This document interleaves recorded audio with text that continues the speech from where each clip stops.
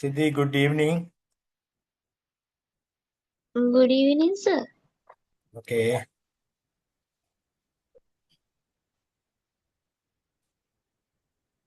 Can you see my presentation here? Not yet, sir. Not yet. Okay.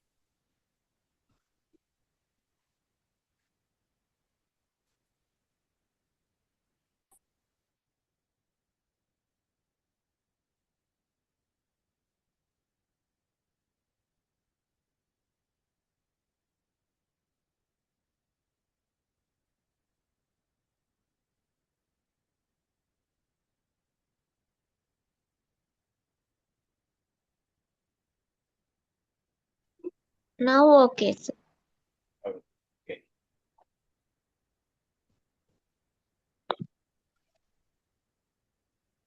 Okay. Yes, sir, it's visible. Right.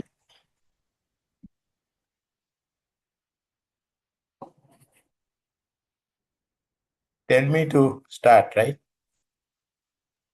Okay, sir.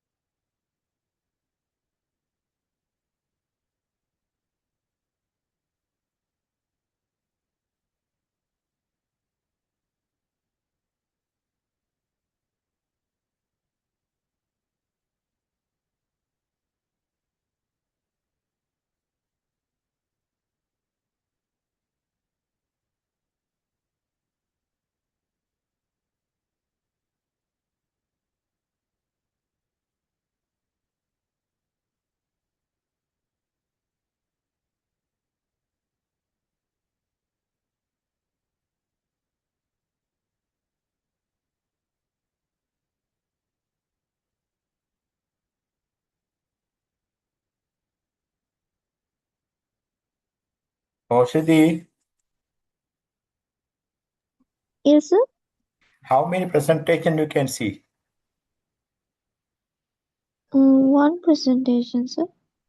What about the other? I uploaded number 3 also. This one? Can you? Yes, sir. Okay. How about this one? Tools? Yeah, visible, sir. Visible. Okay.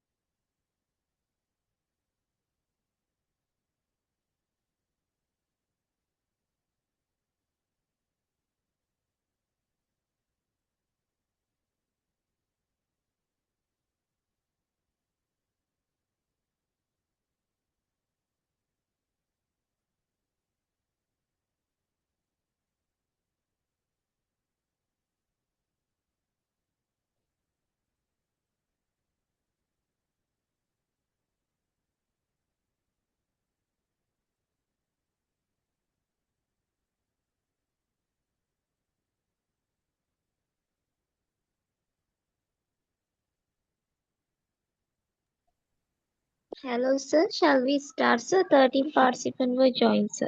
Okay, okay. Good evening, everybody. Good evening, sir. Good Okay, evening, sir.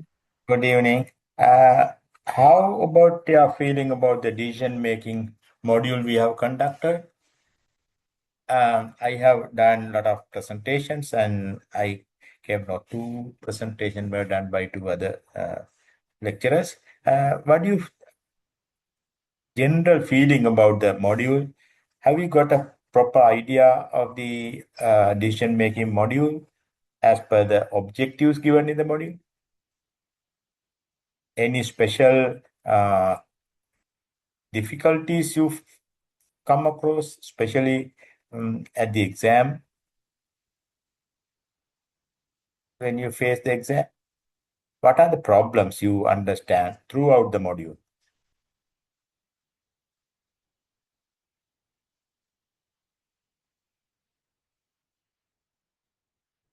Are you familiar or very comfortable with all presentations? Please speak up. For me, this is the first time I have learned regarding this public procurement. Okay, I didn't have any idea regarding this discipline. But okay. after studying this, now I have a good exposure to this area. Right. Where are you working actually? I am in private sector, sir. Okay. How about their evaluation? What kind of evaluation they do? So, for actually for the to Purchasing or so whatever? Yeah. yeah, Yeah. yeah, yeah. It is not this much tough, and actually it is so easy. If the requirement and price is okay to management, we can purchase anything from anywhere. Yeah. Actually, according to my feeling, that purchasing and sourcing in private industry is not so complicated. And if we have the knowledge and the network, we can do it easily. So how about your transparency? Do you have any transparency in the process? Yes, yes, Whether, yes. Yeah, we yeah. have because we have budget. Actually, I am purchasing project basis. So Okay. each project I have a budget for material. Okay. if sometime I have been given the budget, then I am working within that budget. Okay. Actually, most of the time, according to my experience, I can purchase material at very reasonable and economical cost at discounts. So Okay. management is happy with that part. Yes, there Okay. are some rare cases exceeding budget Okay. because of that, if the required material is scarce, Oh, okay. rare or rare, Okay. then I have to go to management and get their approval. Okay. So how about the bidders give the opportunity at the bid opening to see others' prices also, or do you open the bids privately? No, actually, it is not my part according to my company structure. It Uh-huh. is done by, there are separate team called estimation. They are Okay. doing that part. After Okay. that, they are sending me the material list. Okay. According to that material list, I have to do the procurement and sourcing side. Okay. But did you investigate how they open the different bidders' prices and all? How do Actually, they? Uh, no, in my industry, I have no, there are no lot of opportunities to open bid. okay. We are receiving one bid. That, Ah, right. Only one bid. Right, right, yeah, yeah, right, yeah. right. Okay, okay, okay. Good. Any other person who are working in the government sector? Uh, Any? Yeah, Sir, good yeah. evening, sir. Good So, evening. just wanted to share my experience from a consulting firm's point of view. Okay, I mean, we don't really do any procurements within the firm, but we advise clients to streamline or transform their procurement processes. okay, So, so recently, we got this opportunity with a mid-tier bank in Sri Lanka, private sector, okay, because usually our experience is in the private sector there are no like what you call detail like guidelines to do okay, procurement. It's okay. mostly the people who are handling it. Uh, They have this cumulative knowledge, and then they set their own rules and then do things. So for okay, this particular bank, they had only a few page document as a policy. okay, So we referred to the government, the MPA guidelines, and then we did a kind of as-is understanding, the nature of their different types of procurements that they do, and then so okay, we came up with a manual together with we looked at their processes and then we introduced certain controls and then extra steps to make sure they bring the transparency, value for okay, money, and then okay. those kind of principles. And Good, then good. after that, what happens? They wanted to procure this procurement management system for the Okay, procurement team itself. So okay, they gave us the consultancy to be the party to manage that procurement process. okay, okay, So since it was a software, so we proposed them to have a two-stage bidding method, two envelope method. Uh, but it's a nationally. First they did a kind of EUI okay, stage, and then they identified who are the qualified or suitable players in the market, and then for okay, them they issued the RFP and then got the proposals in two okay, envelopes. And okay, first they went through the technical evaluation, and okay, then we are yet to open the commercial, but it was the very first time they went through a proper procurement, procurement method and a process. okay, But what I can share with you, sir, is that the amount of pressure coming from others to Okay. manipulate, the manipulate the process, the pressures coming from other bidders. So there are so many things, in reality, Okay. we have to face. Okay. But as a like an independent party, we advise the procurement Okay. committee to, hold their fort and then make sure that the processors not going to get deviated, but they went through the process up to now. They are sticking to their conclusions, but Okay. the whole knowledge came from this module, Okay. especially the exception handling and stuff like that. It was very useful, sir, to face the practical issues. It's Okay. Good. beyond what is in the manual, Okay. basically. Very good. Yeah, yeah. Very good. It was a Good. very good So, experience. yeah, you are basically catering to private sector banks, right? Yes. Okay. But this is a private sector bank, but we do have a service, and then we are planning to approach other banks as well with Okay. this experience, because what we understand is, other than the top two banks in Sri Lanka, Sampath and Commercial, Okay. the other banks have their own kind of ways of doing things, which is Okay. not really that kind of bringing the value for money and the transparency. So Okay. especially the listed companies, since the banks are all listed, Okay. the shareholders and then even the Security and Exchange Commission, they expect them to have these controls, over every process. But procurement is one of those neglected processes in Okay. private Okay. sector clients. So Okay. that's why Okay. we are targeting that. Yeah. So, according to your experience, do they use manual process or electronic? They use all. So yeah, they have been using a manual process, Excel's, Okay. Ah,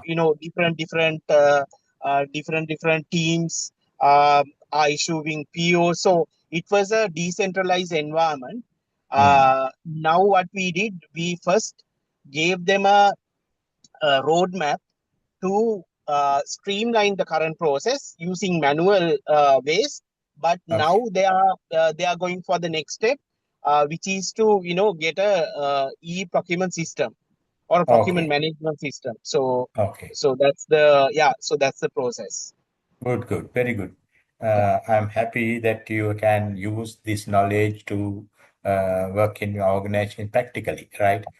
That's why I Yes, sir. said Very all the much. time, this is not only the theory is there, but you have to apply in the practical scenario. And I would like to ask another question. Since they don't have much concern about the procurement process, how about the audit? Do they do procurement auditors? So auditors are different. I think for this bank, the auditors are, I believe, Ernst and Young. Uh, Yeah, but the thing is, the banks have their own internal audit as well, no? yeah, So, yeah. I think there are some findings as well. Okay, But they don't go into these nitty-gritties, because even okay, in internal audit, they are not procurement experts. They just look at their policies, and then against that they do the internal audit. But if you have a very weak internal policy document, there's nothing for you to you know do the audit. There's no baseline unless there yeah. is someone in the team who is really knowledgeable and then ask these questions. Mhm. Yeah, actually, I also work as a consultant, procurement consultant to another international accounting firm. What is the other one? Not Ernst and Young, the other one? So there are KPMG. Uh, KPM, the other one? uh, so PwC was there. PwC, yes, I work for the PwC, Price Yes, Waterhouse sir. Group. So I'm formally from PwC, but we did a brand change, no, from Yeah. PwC to Deloitte. So I have heard about you Ah, from really? other members. Yes, yes. Okay, So okay. now we are Deloitte. Okay, direct. PwC is no longer in Sri Lanka. Okay. Really, really. Those days, I Yes. can't remember. Maybe 2015 and 16, I work Yes, for for the Global Fund, I think. Global Fund and another one. ADB, Uh, maybe on yeah, ADB. ADB funding. Yes, yes, yes, yes. Yes, yes, Compare, yes. yeah. I have heard about you, sir. Okay, okay. Thank you. What is your name anyway? I'm Asanka Vasal Tilaka. Okay, Asanka, right. Thank you so much. How about the other? Because I want to discuss with you. I mean, I said our objective of this module or entire master program is to give some insights, public sector as well as private sector or international agencies to use this knowledge for their procurement process, right? As a very good, I think, using this, you can develop some internal good practices that will be a good thing to hear. Right. Any other views we can give other people, other participants? Especially working in departments and ministries. Anybody come?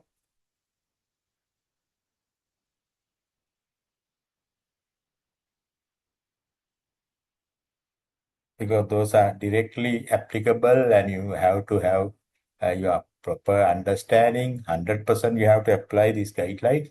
Anybody come? I would like anybody to listen from the public sector, especially ministry or department or project. Nobody come up? Okay, right. As I mentioned earlier, this module covers works, goods and non-consultancy services. I said the objective of this evaluation is to evaluate price should reflect the comparison of actual expenditure to be incurred by the employer or purchaser or service provider or client, right? Employer, purchaser, not the service provider, because service provider is the private party, no, sorry, client. Can use that word. Because at the end, the whole purpose of evaluation, whatever the works or goods or service, at the end, the evaluation committee, whatever the committee, public or private, they have different names, whatever, their objective is to their evaluated price. That is important. Evaluated price should reflect the actual expenditure you are going to spend for the particular procurement. So that is the thing we must do throughout this process. Because the bidder give one price, and evaluation committee should look at that price and see whether it is complete or incomplete, technically okay, whatever. Ultimately, the price we pay to the supplier or contractor or service provider is not the same amount with the quoted, right? For that purpose, I said that we, according to our guidelines, there are a number of stages and, or we can say the process, evaluation process. Each and every, I mean, especially some, say bid opening is one important area you should consider. We can discuss, right? Bid opening, how we are going to open bids, and what kind of information you should disclose to bidders. Because in government, it's a public bid opening. No bid can be opened privately or without giving opportunity for bidders to participate, because for transparency, it's a must. So bid opening is a process you should follow correctly. But when we say bid opening, I mentioned a couple of bidding procedures here. This you should have a very clear understanding what is the difference between bidding procedures and bidding procedures and bidding process. Bidding procedures and bidding process. Bidding procedures mean, or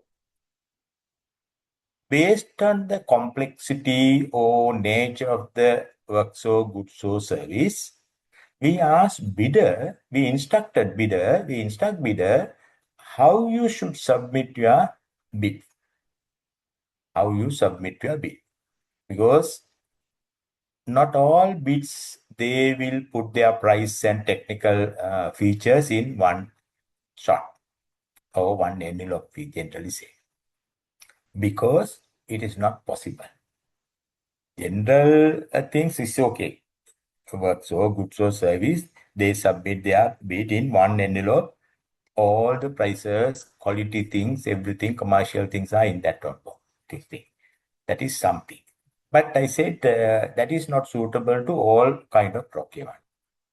Generally, if the technical part is complex, for example, different contract types, we will discuss in our bidding procedure, bidding document workshops, supply and installation and commissioning, design and build, turnkey, or information system procurement. It is not easy for client or employer or purchaser to ask their technical things and price straight away. Why? Before we look at their prices, we as the client or employer or purchaser should satisfy whether the supplier or the contractor has given correct technical and commercial requirements properly. That means without ensuring their proposal or bid is complied with our technical and commercial requirement, we are not interested to open their price proposals. That is very common thing. Therefore, single envelope is not always the case. So here, first one, single envelope, we say, I'm telling you this, at the exam, you should, think of different possible questions. I will put somewhere here.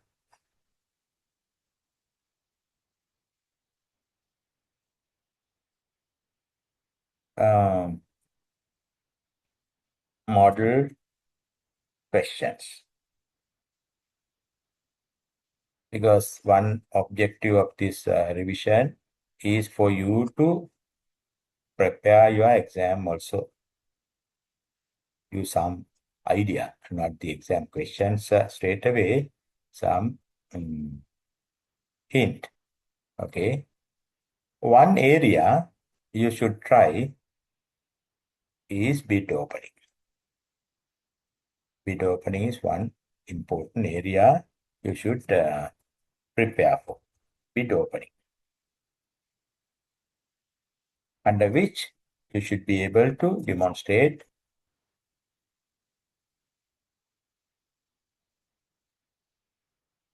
opening of bid under different bidding procedures. That's what I was talking about. I said different bidding procedures means single envelope, single stage, single envelope, single stage, single envelope, and two envelope. Two envelope. Another thing is two stage,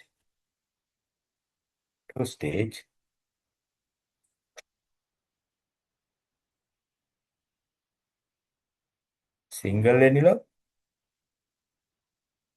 O, and two envelope.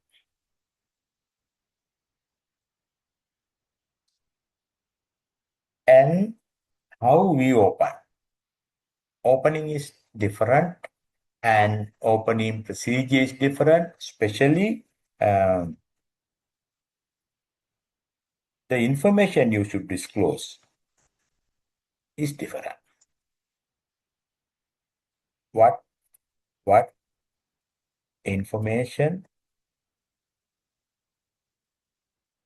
to be disclosed to bidders under different bidding procedures.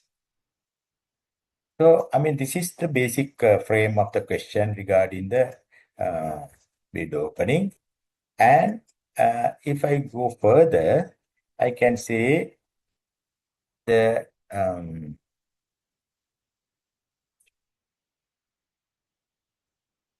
what else?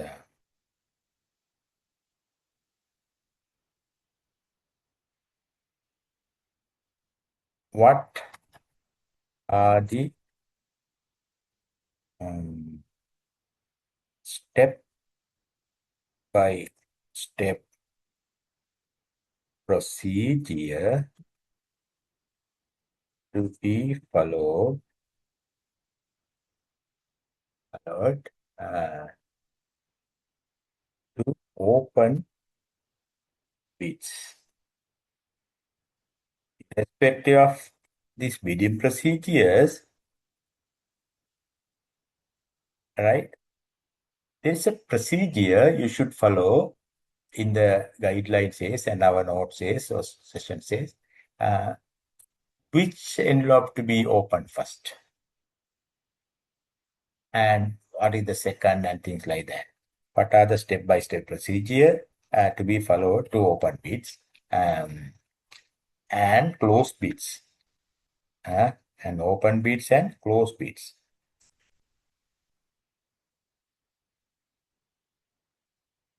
That means you as an officer, especially government or private sector, if that task is given to you, or if you are giving advice or consultancy advice to the people who are involved, you should be able to give very straight away instructions, advices to people. Okay, you must do this way. If you have the guideline, you can follow, but at the exam, you should be able to demonstrate your knowledge. Is it clear, this opening area? Any question you can ask regarding bid opening?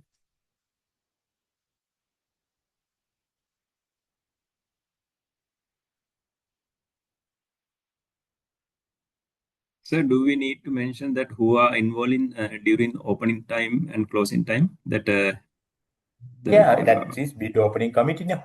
Bid opening committee is the authority to open bids. The guidelines that say mean we can just say the bid opening committee. That is enough, sir. Or bid need to opening mention. committee is enough, because bid opening committee is appointed by the procurement entity with the concurrence of the procurement committee. There are two committees now, procurement committee and bid evaluation committee. So generally they get the concurrence, or sometimes the bid opening committee chairman, or if it is a high one, involved for bid opening. Otherwise, some other people open. Whatever it is, they should get an appointment from the agency. Okay, Mr. One. Actually, there should be at least two members. One member can't open bids according to our guidelines because of transparency and thing. At least two members. There's no maximum number. Minimum number is two. As you asked correctly, all things should be done by the committee. Committee should follow this procedure, right?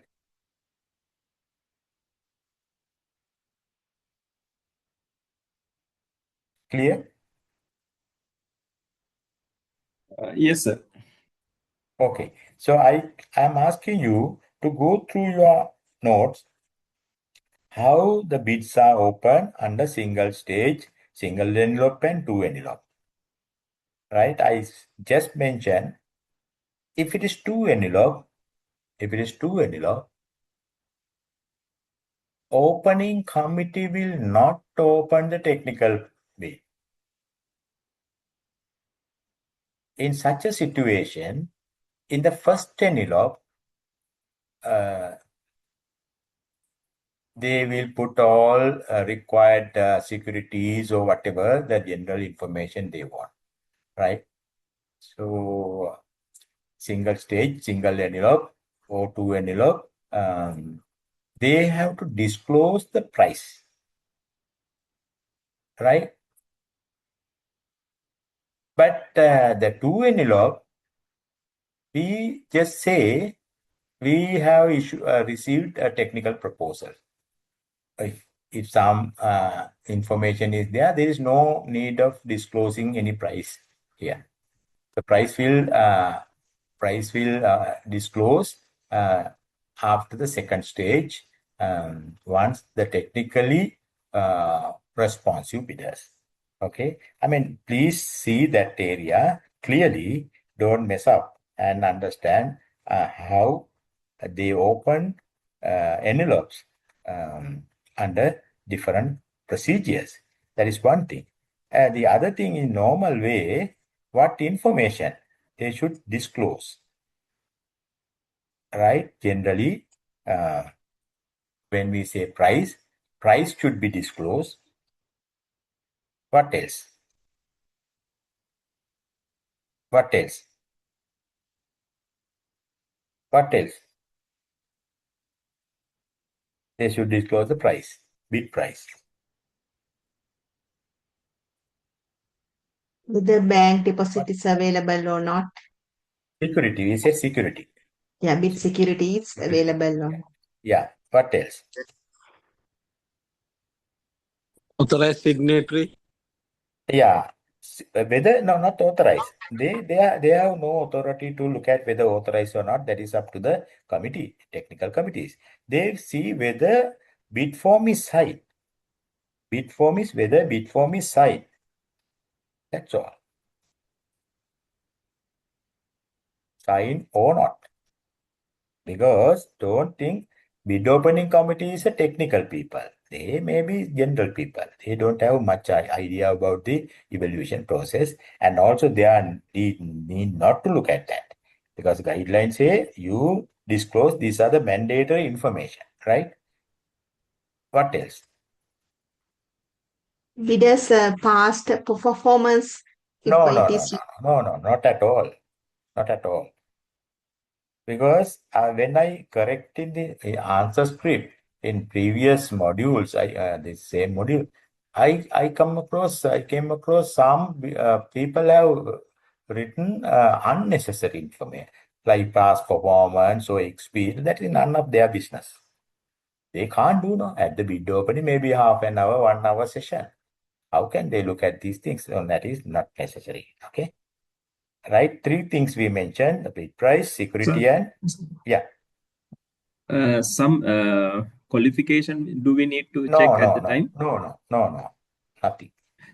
At what time, sir, that qualification we are checking that We all look sometimes at the evaluation stage. Evaluation stage, not here. okay. Okay.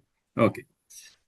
Please keep a very clear understanding. Supposing a person doesn't know anything about procurement process, may be appointed as the bid opening committee chairman and member, then what you should or she should look at, what is the procedure I should follow according to the guideline, what mandatory information, I can say mandatory, put mandatory information. This is must know mandatory means essentially you should disclose. Unnecessary information you should not disclose. Okay, three things we have. What else we have discussed? Alternative bids are Sorry, alternative. alternative bids. Yes. If but there are some other things missing. Alternative also say if requested. If requested. Who requested? Sorry. Yeah. If requested, alternative bid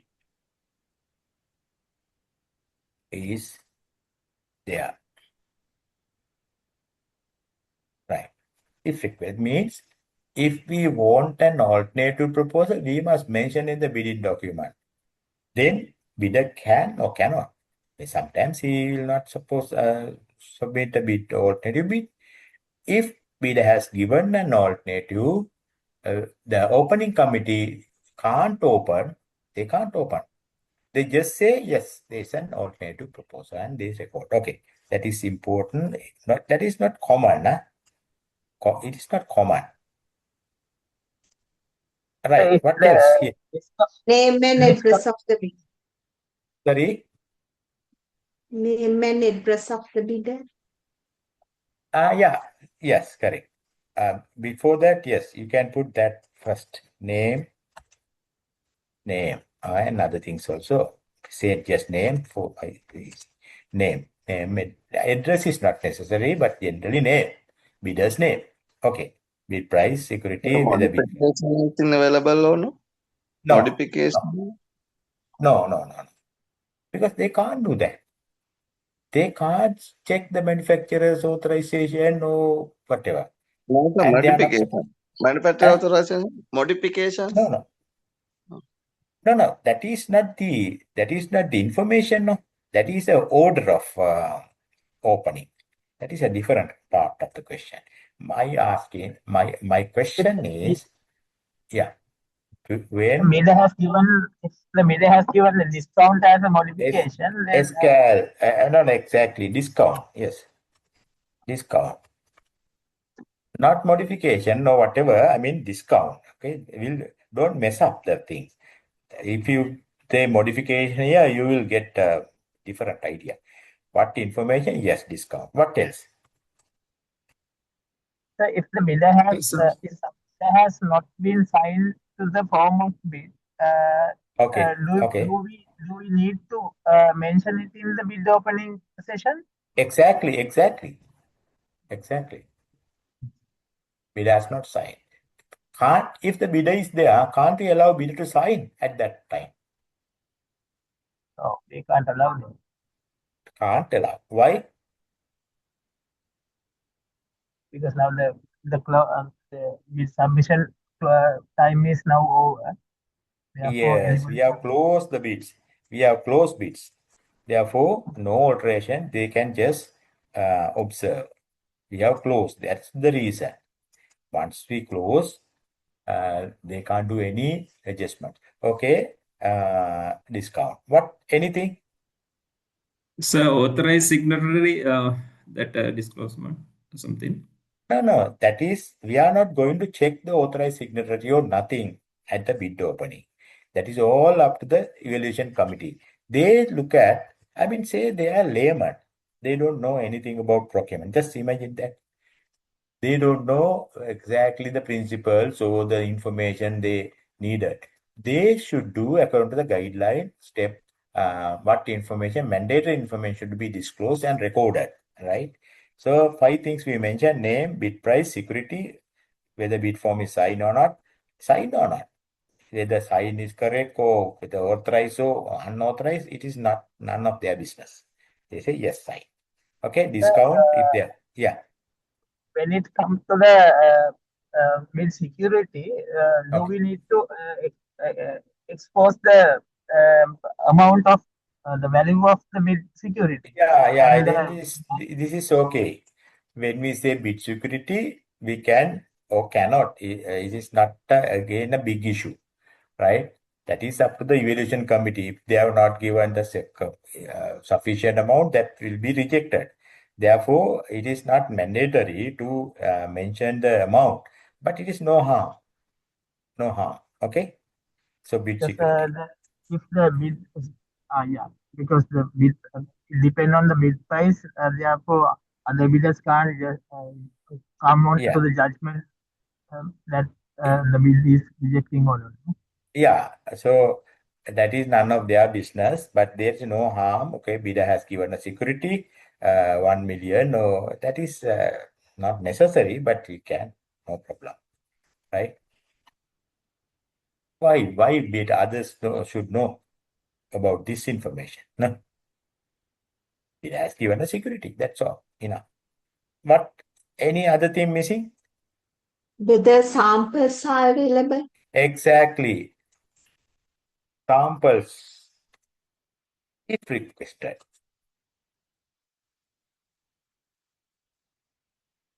Right?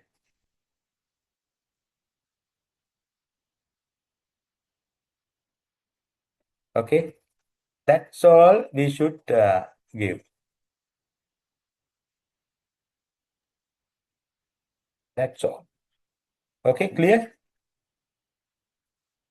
Okay, you should go to detail later on. This is the basic you should keep in your mind. Any opening committee, if they are opening price and all, price, if they open price, not always we are doing under different methods.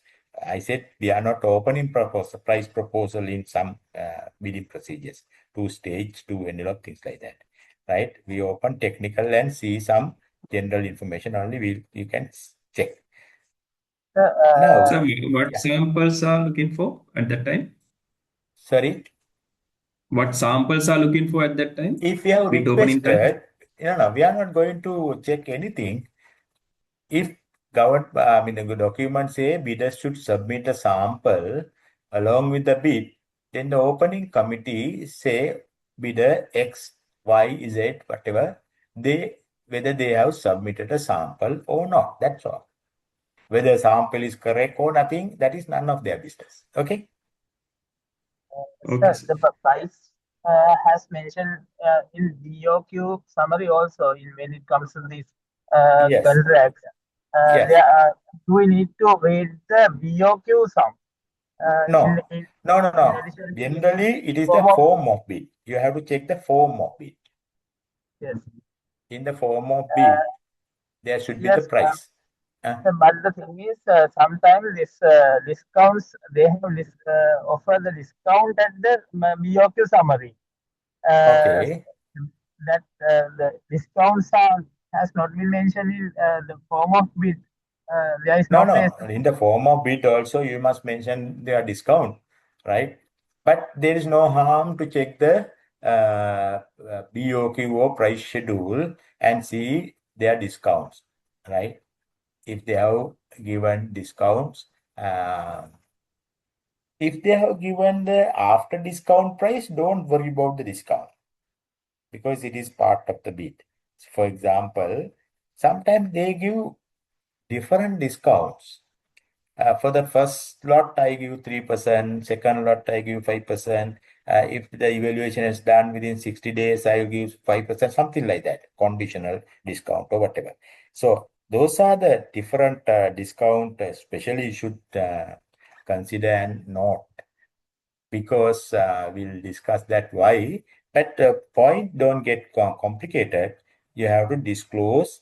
We have to very carefully check either, as you said correctly, if it is not there in the bid form of bid, but in the price schedule or BOQ, yes, you have to read and disclose that and record. Okay. Now you are comfortable. The basic information. Yes or no? Yes, sir. Yes. Now go the step-by-step procedure. I mean, to do this, disclose this, you have to open different envelopes. No? Different envelopes, huh? What are the different envelopes? You have originals, original envelope. You have duplicates, duplicate or copy. What else you can see?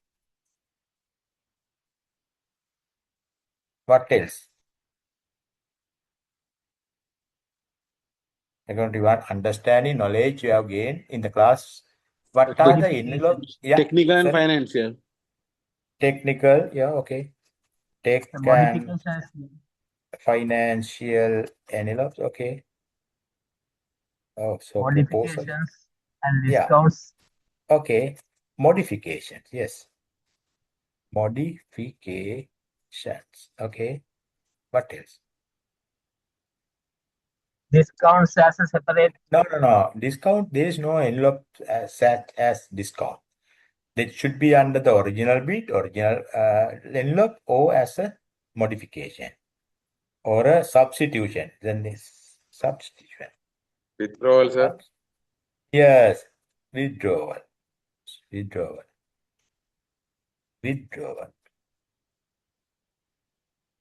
Any other envelope? You might see. Late bid, sir. If we allow alternative bids, if allowed. Alternative. Okay, alternative we already discussed. No. Alternative cover. Okay. Yeah, that is right here also. Alternative cover. Okay. What else?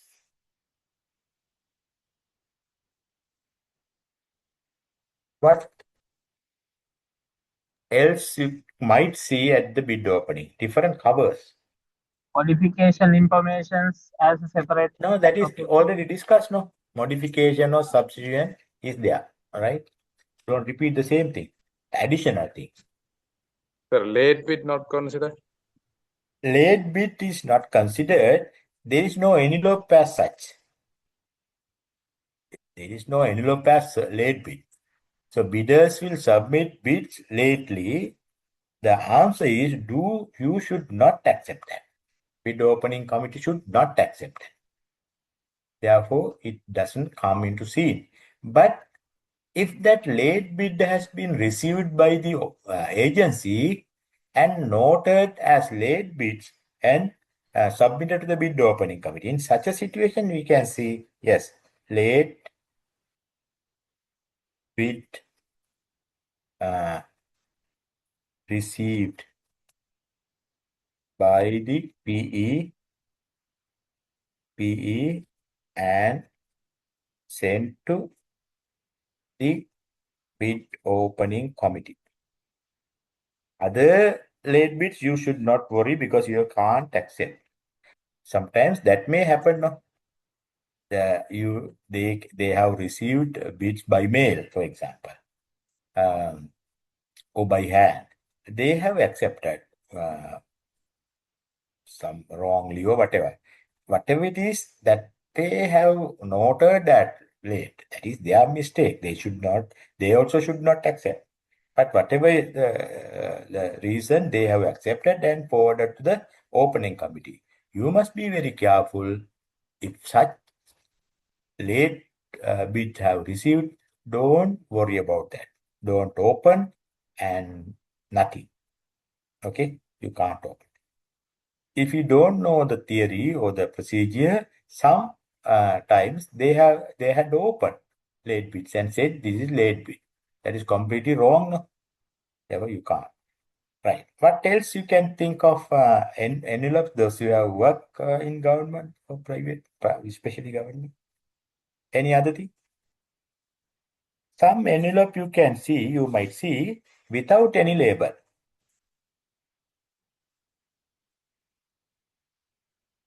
Without any label. Say blank. I said like this. No label. We don't know whether original, duplicate, or whatever. Is it possible? Bidder has forgotten to label it as the original or duplicate. Yeah, maybe, Yes, no? sir. Yes. Now, there are a number of envelopes we have mentioned. That might be the case. You are working in the opening. What envelope to be opened first? Tell me. Out of which? Out of these? Technical one, sir. No. Sorry. Wrong. Another try. Which out of all? You have original, duplicate. Original one. No, sorry. Wrong. Which one? Which one? Which one? Withdrawal. Yes. Who said that? Withdrawal is first. First is withdrawal. Okay. What does it mean? Withdrawal. Withdrawal first. What do you, who's talking, sir? That please open, close your. Yeah.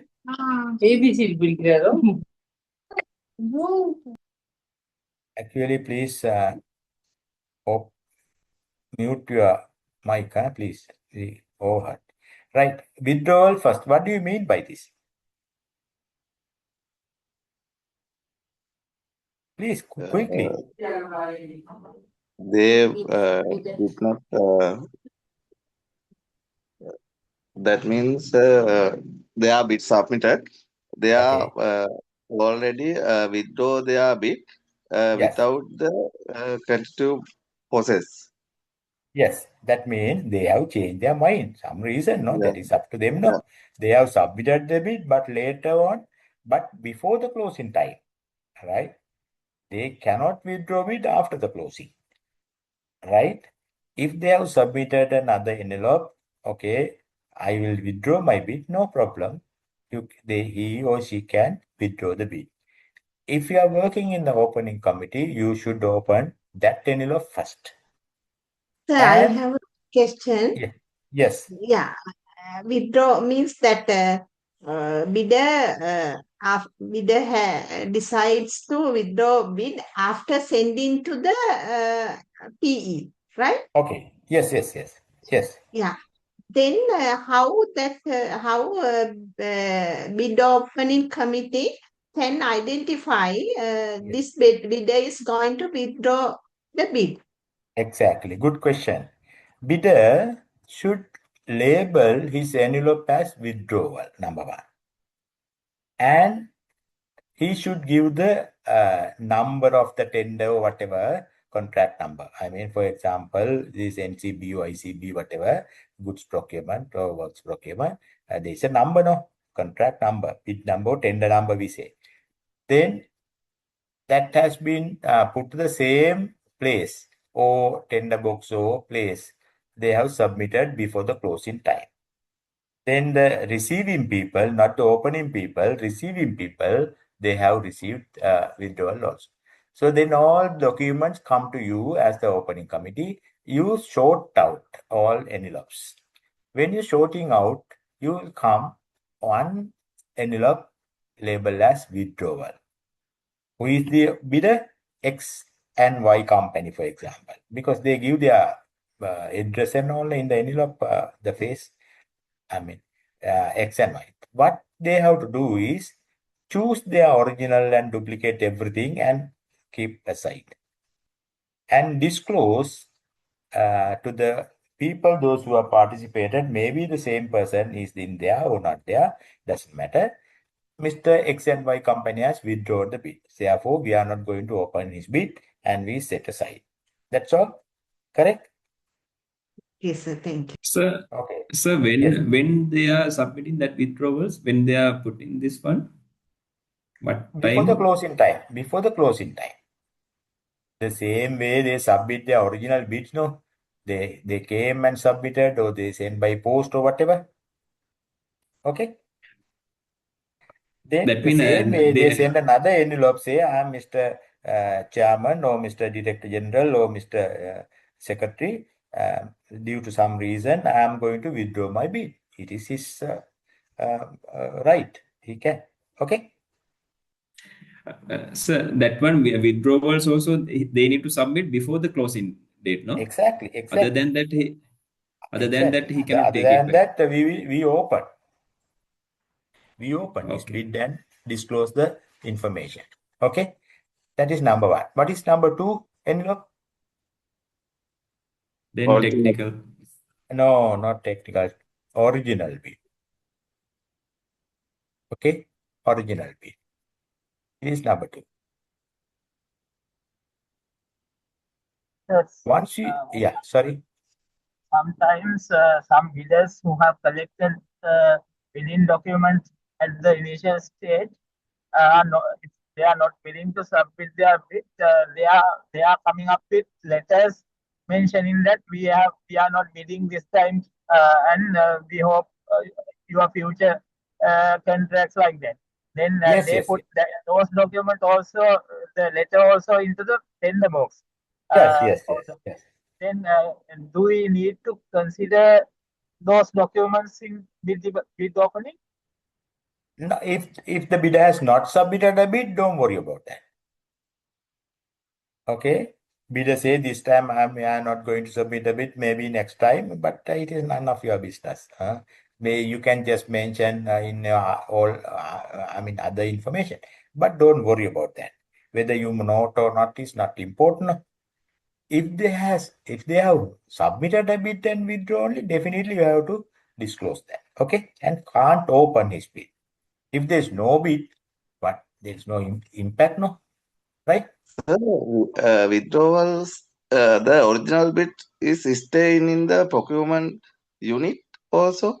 That means that differs. We generally say when you call bids and you must receive the bids to the place where you open bids. That is our general rule in the guideline. Wherever you are going to open the bids, ask the bidder to submit the bids to the same place. Because you should not, transport bids here and there. That is a problem of transparency. Whatever it is, practically, it is not possible always. As we receive bids in somewhere, say PMD, Procurement Management Division, or Procurement Division, and opening committee when open bids in some other place. Then all bids we have received before the closing time should bring to the opening committee room. Okay?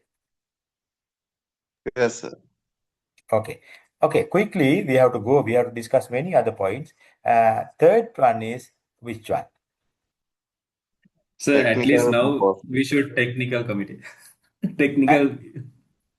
At least now give the position to technical. Sorry. I withdrawal first. I made a mistake. Second thing is a modification. Because bidder has given the bid. Sorry. Second is modification. That he has changed the bid. Understood? Withdrawal first, modification second. Okay? Correct? Okay, sir. Okay. At the same time, you open the original also. That means same second. Modification is given by, say, Alpha company. His original bid should be opened first then. He is the first person we are going to open bids. Right? Any other envelope you have to open? Technical proposal after we are open technical proposal. That is if we have two envelope things like that. Therefore, generally don't mess up here. Therefore, I cut that. Right? If you mess up everything, you cannot answer the question. You say first withdrawal, second modification. Once you open the modification, immediately they open their original and disclose this information. Name and things like that. Agree? Right? Excuse me. Yeah. Yes. So now this for the tender opening committee, the bidders are sending their authorized representatives. Then if they just wanted to withdraw mid by telling it at the meeting verbally, do we allow them to withdraw the bid at that time after the closing time? No. Not at all. Bid opening committee has no authority whatsoever. Bid opening committee. They have to open and read the price. Yes, they have to open and disclose. Okay. They may request during the process, I will go withdraw. No, it is not allowed. Okay. Right. I will not discuss more than that because I have to discuss many other important points. So I'm telling you, this is the bid opening. This is the order of envelope opening and the information you should disclose. And third thing, This one. Under different envelope method, you check your information. What we do first? I mean, single stage, single envelope, we can see the price. This is the normal way, single step, single envelope. This is the normal, very simple and normal this thing. Single stage 2 envelope, we are not going to open the price proposal. Technical, this we say some basic information we can disclose, security and all is maybe in different envelope. We say we have received 2 proposals. Technical, very good. Technical envelope. Technical envelope. And what is this? No, sorry, that is something else. Here, 2 envelope, here inside that. There are 2 envelope. That is two stage. That is 2 stage. Yeah. Here, I'm talking here now. 2 envelope. There are 2 envelope. One is technical, one is price. We should not open price and disclose this information. Don't panic, and we say we have received technical proposal and price proposal, right? In such a situation, some general information is there. Don't worry. My point is no price proposal opening. This is 2 stage, no? 2 stage also.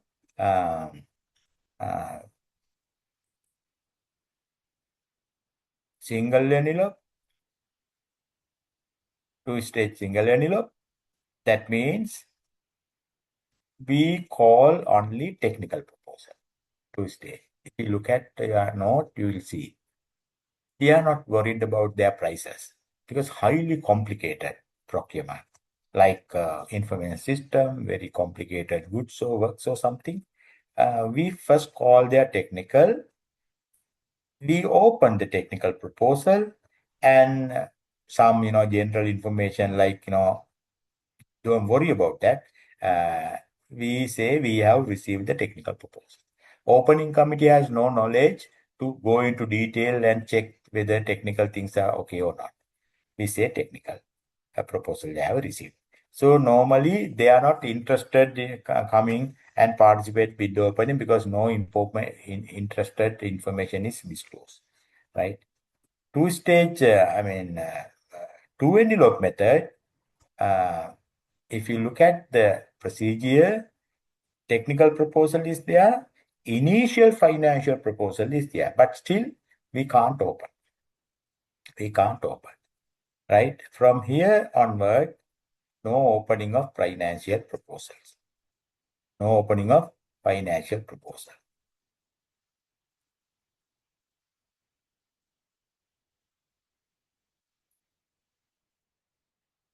Oh. Right? So only this single envelope, single stage, single envelope only, we should do this type of thing. Okay?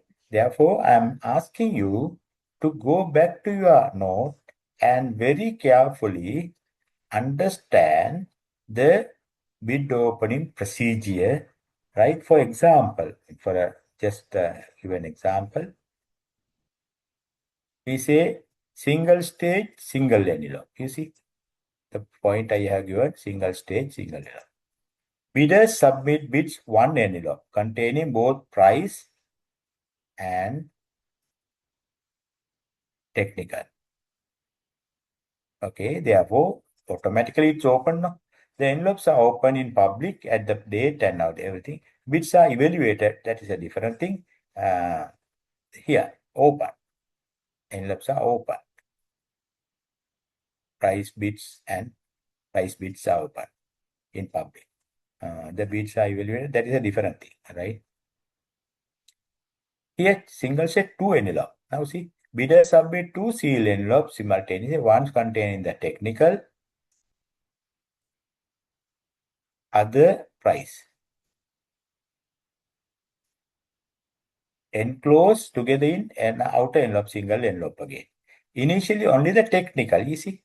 Initially, only the technical proposals are one. So therefore, don't worry about to open price at the date and time. The price proposal remains sealed. Price proposal remains sealed. So opening committee can't open. Okay, that's all. Two-stage, two envelope. No amendment to change or whatever. This allows purchasers to evaluate technical proposal without referring to price. Yes, bids of bidders who do not conform to the specific requirement may be rejected. I mean, they do the technical evaluation and right, whatever. The technical evaluation shall be carried out PC. Price proposal are open in public. Here, public at what stage? Only technically responsive bidders. The technical evaluation shall be carried out at the date and time advised by the contract. The price proposals are open in public. The price proposals are evaluated. Okay. So whatever. After the price evaluation, the contract is awarded to the bidder who's bidder. Okay. Therefore, here also what I want to say is there is no opening of price proposal initially. So two-stage tuner, there is no price at all.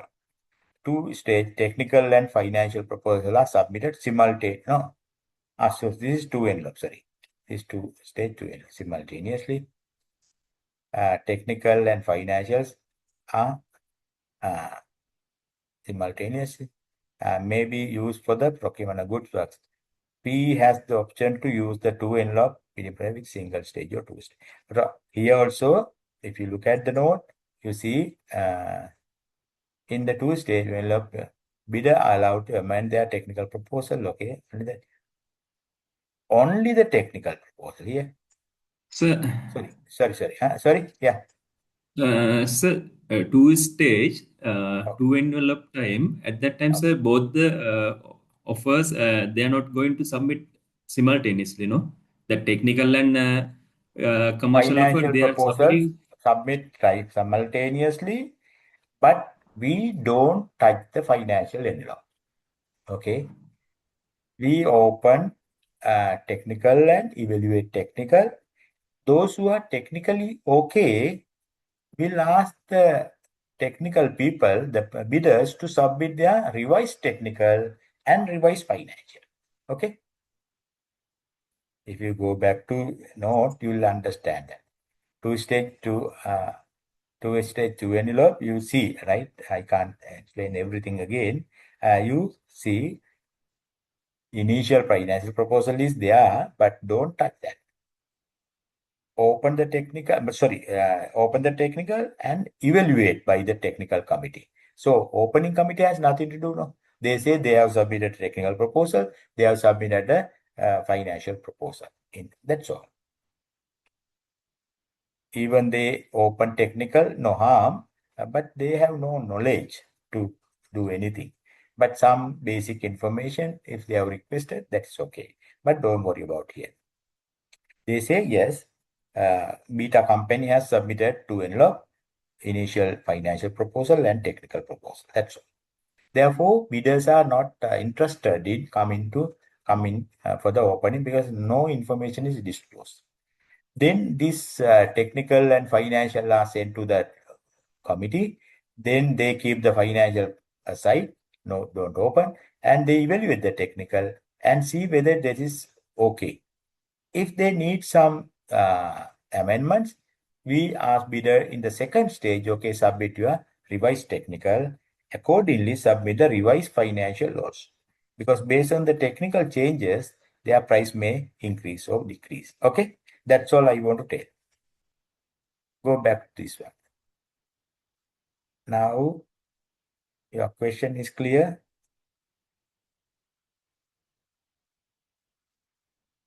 Right? Oh, what I want is you should have a full understanding of the bid opening. That's all I want to talk. Anything you have, you can ask from me. Now I have to discuss another area. What is evaluation area? Bid evaluation process. Opening is finished. Evaluation process has We already discussed this one. Okay. Evaluation committee has done these 4 parts. There are 2 committees, procurement committee and technical committee. Actually, all things should be done basically by the technical committee or bid evaluation committee, right? My point is, you should know. Okay, your question again. Model question.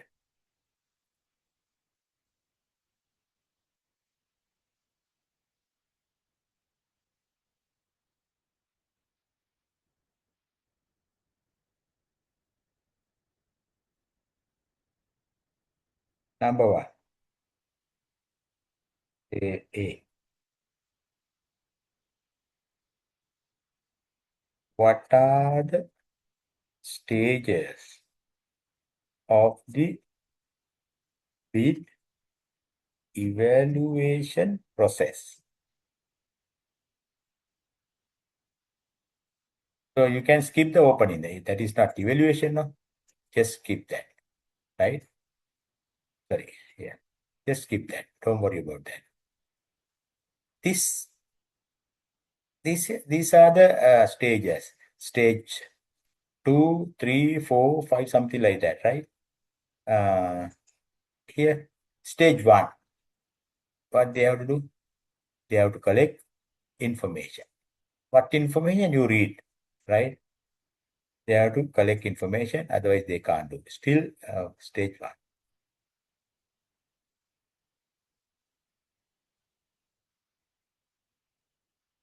Go to stage 2.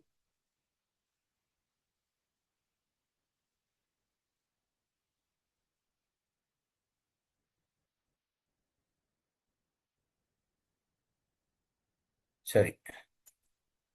Stage 2. This is stage 2. Stage 1, stage 2. Stage 1 is collection data. Go back to your this drawing here. Here. All things coming here. Stage 1 and stage 2 coming here at the preliminary bid examination. Opening is finished. This is important. Very important. But technical bid evaluation committee should evaluate bids. Then they have to reject bids. At the end of this preliminary examination, what we do is we reject bids, not accept bids. I said, right? If you go back to this one. That is very important. Now, stage 1 and stage 2 relevant to this one. Yeah, is that.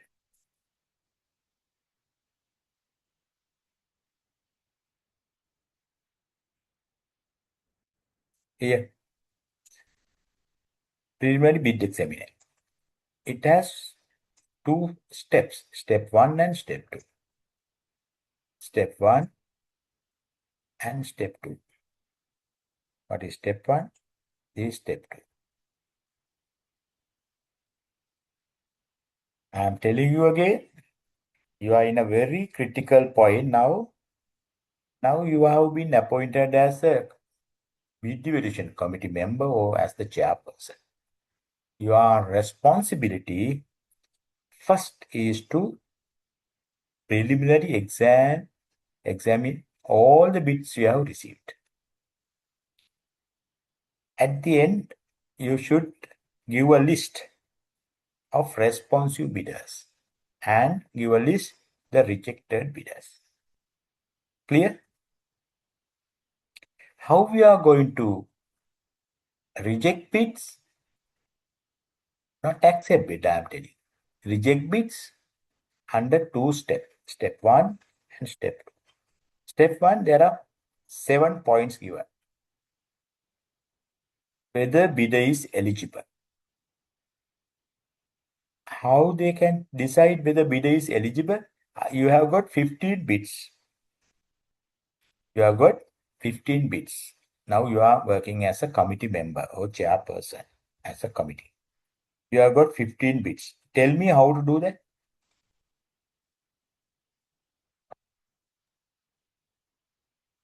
Please, quickly. Whether mandatory information are available or not. Not mandatory information. What do you mean by eligibility?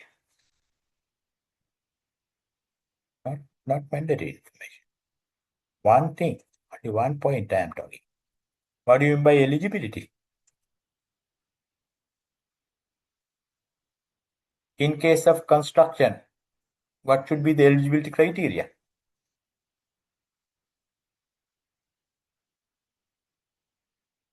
CEDA grading. Exactly, CEDA grading. Okay, so it is given in the notice, it is given in the bidding document, bid data sheet, etc. Bidder should have whatever, C1, C9, whatever, right? The members should do whether bidder has the valid registration, that's all. Valid registration up to what date? Up to the closing date. Bidder should have a valid registration when the bid is closed. If they don't have a valid registration or his registration expired before the closing, bid should be rejected. That's all. Sir, what would be the international company at that time? International company also, if they bid, right, they have to have the eligibility criteria. Same. Like local agency, like that one, sir? Yeah, because they should have a CEDA registration through their local agents. Otherwise, they can't bid. Because we don't know, no? International bidders should also, I mean, anybody can tell me anything else?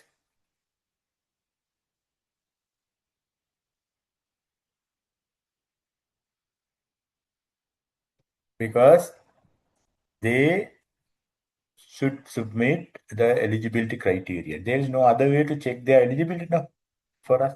Anyway, one thing is eligibility. Second thing is whether bid form is signed by an authorized party. I said that is none of the opening committee to check, only the evaluation committee.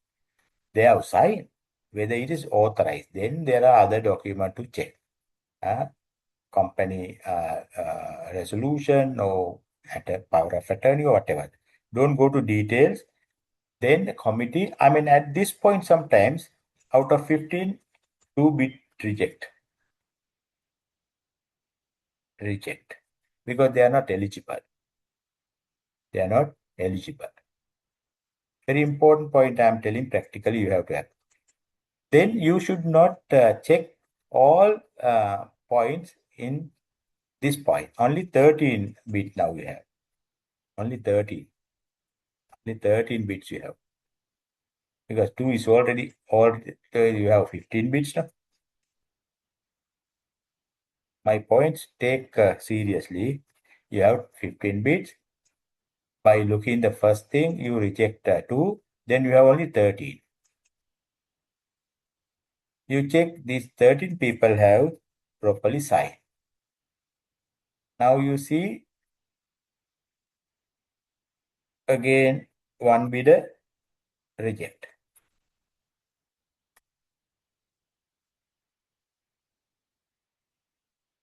One bidder reject because they have signed but is not authorized signatory or whatever. Then we go to the second, this one. How many bids you have remaining? Only 12.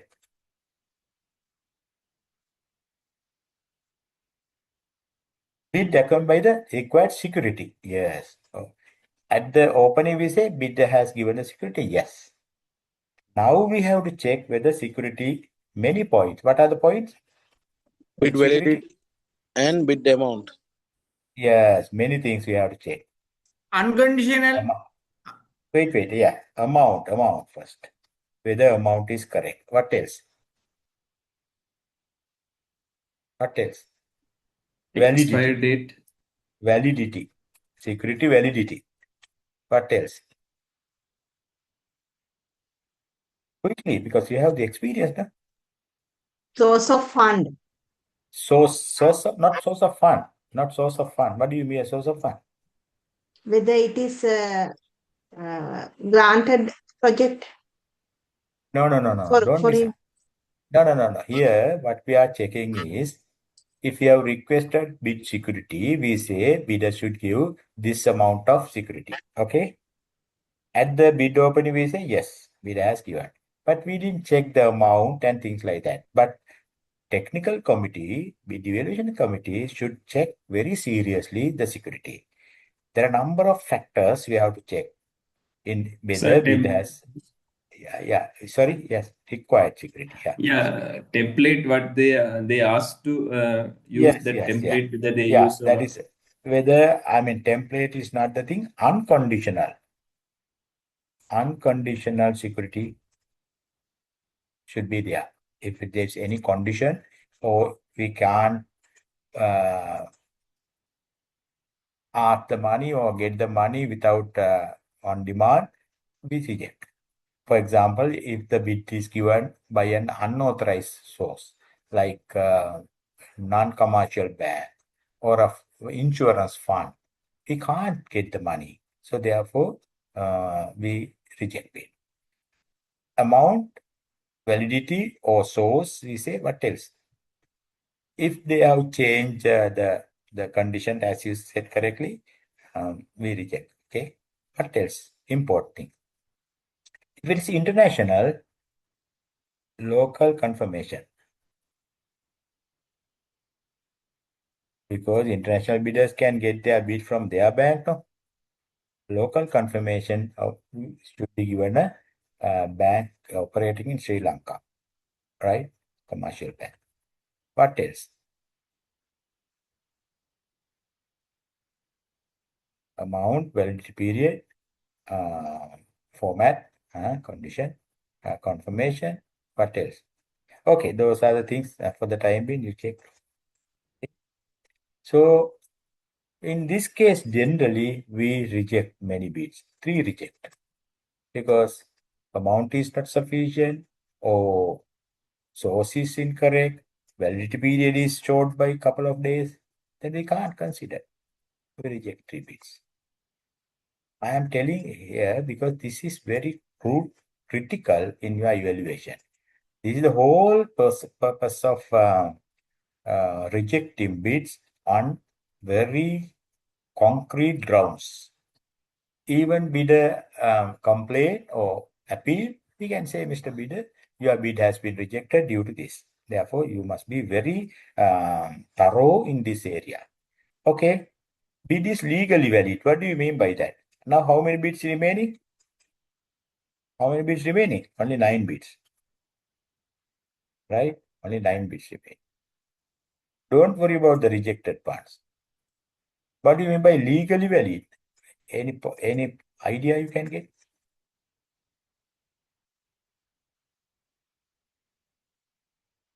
Please. That authorized signatory signed No. That is gone. Sanction. Yes, sanction or blacklisted bidder. Blacklisted bidders. Blacklisted. Or as you said, sanctioned under UN sanctions. Because in the document we say, especially if you use World Bank ADB, they say some countries are sanctioned. So those countries are not legally acceptable, right? Sanctioned countries are there. But especially we have blacklist the bidder. He has no authority to submit bid. If you have something, you have to reject. Okay. Now, no rejection. We go to the next 9 again. Sorry. What do you mean by complete? Completeness. Completeness means what? All the requested forms are submitted? No, not the forms. Not the forms. Basically, bid We have asked bidder to submit 10,000 or 2,000 vehicles, for example. 2,000 vehicles. We have not given minimum quantities. Or we have requested to bidder to submit bids for a building, all items. Bidder has given only part of that. We have requested some plant. We have not given a bid for all components, essential components. All things considered as incomplete bid, right? Incomplete bid we cannot accept. So, example, we need 50,000 metric tons of fertilizer. So, bidder should submit the full amount. If we say bidder should give minimum quantity, at least 20,000 metric tons, all bidders who have given 20 or more is responsible. Okay, so be careful about this. In the document, we say whether bid should submit for total quantity or at least part of that. If we have given packages or lots or something like that, sometimes we say bidder can bid for all lots or one lot. Then if bidder has given one lot, it is okay. Sometimes when we procure goods item, we say bidder can bid all items or some items. That means we do evaluation item by item. Whatever it is, completeness is something like that. Okay? Got the point? Yes or no? Hello? Yes. Yes. Now say no. Yeah. If Now, some bidder has not submitted their samples, is it incomplete bid? no, not here. Not considering here. Don't worry about that. Think only the point I discussed, right? Still 9 is okay. What do you mean by conditionality? It has given a conditional bid. That is mean that conditional bid. If the cement price remain at this price, my bid price is this, something like that. If sand and other things are available or something that the condition. If the exchange rate is remaining at 301, then that is something like that. Normally they don't do. Conditional bid we reject. Okay?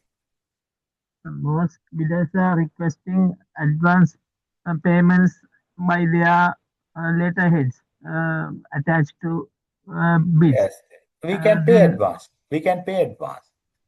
Yeah, but not the amount that we have given, 20% amount. They are requesting 50% on the Yeah, that is confirmation not a item. conditional. That is not a conditional bid, right?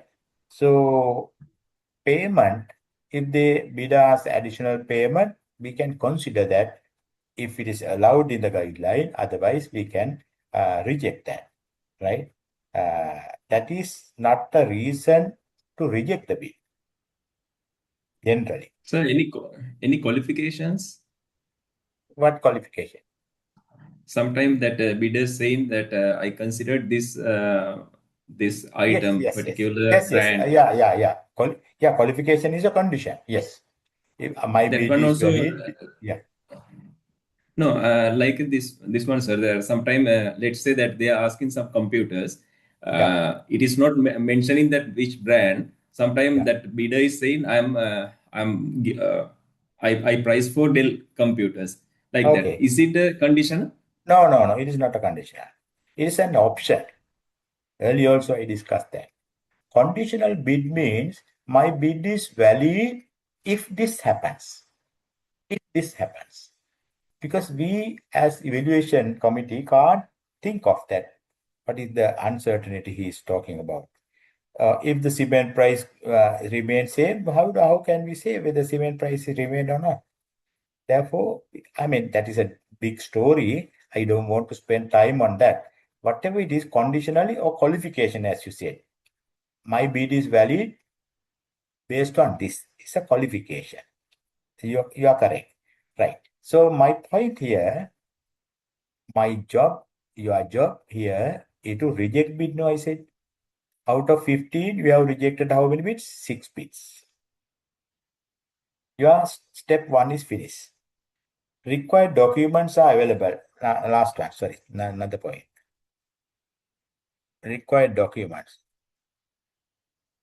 What are the required documents? All the documents we mentioned in that bidding document. Bidder should submit this.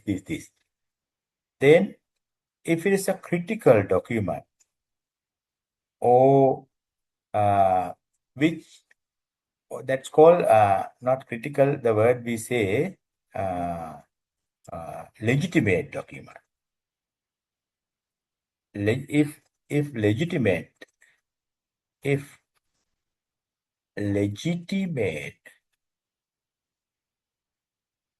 documents are missing, reject. That's all. For example, warranty. Warranty is a legitimate document. Bidder has not given. PCA3. Sorry? PCA3 documents. Yeah, if you have requested PAC, that is a legitimate document. Okay. And also, what else? Manufacturer authorization, correctly. Somebody asked earlier. Yes, it's a legitimate. Now he has not given. But not all documents we request are legitimate. What are the documents we can accept later on? Bidder has not given as we have requested, but we cannot reject his bid. Any example? Any historical documents, data, such experience document, we can replace. Sometimes, yes. But especially say accounts. A bidder should submit Annual reports. Annual reports or final accounts, etc., audited accounts. Bidder has not given. But can we give another chance for him to submit his accounts? Yes or no? Yes, we can get a clarification and get it No, right. not clarification. My question is whether we can ask the bidder without rejecting his bid, because we are rejecting now here. All bids we are trying to reject, not accepting. My question is accounts are requested, not given. Can we ask the bidder to give a second chance to submit the bid? No. Document or not? Yes, yes. Why? It Those is are not If called, mandatory. requested, not mentioned, we can reject. yes. It is No. historical. That's called historical document, not historical document. Sometimes we are requesting this VAT registration and the tax registration documents. Sometimes they are not sending VAT certificates. Yeah. Then Those is are it not mandatory, also no? I mean, if they are VAT registered, we consider as VAT registered. We are not taking a VAT as a revaluation factor. Anyway, those are not legitimate anyway. Okay? We can ask. No harm, no? Okay. At this point, we have rejected. Maybe here we have rejects because manufacturer authorization is not given. Reject one. At least reject one. Or warranty is less than the period we have. Or after sales service is not given. Sorry, that whatever information is not given. Okay, so now we have rejected how many bits? 7 bits. Our second step is easy. We have to evaluate only 8 bits. Right? Only 8 bits. Only 8. Why? We have rejected all with very valid reasons.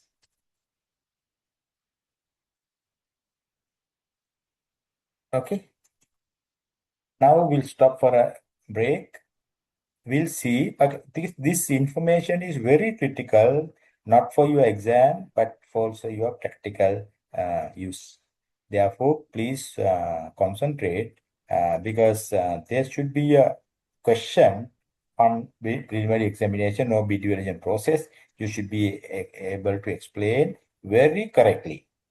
Expect you to give very correct procedure and how we are going to reject bids in the first stage, second stage, things like that. Okay. We'll stop for a small break and come back. Sir, Yeah. can you give me that previous slide, sir? I just want to have a screenshot.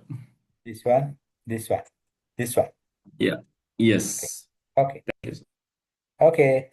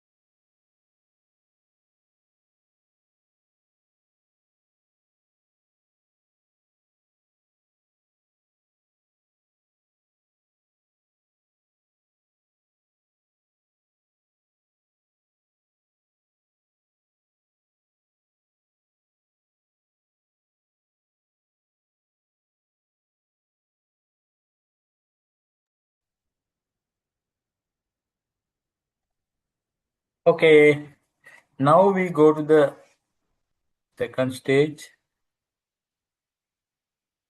Step 2, sorry. There are two aspects of that.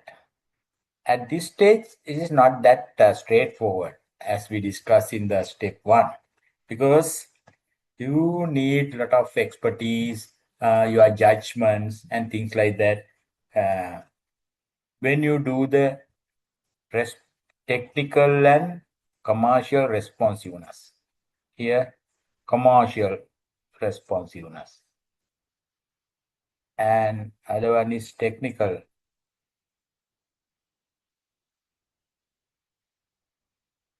Is that?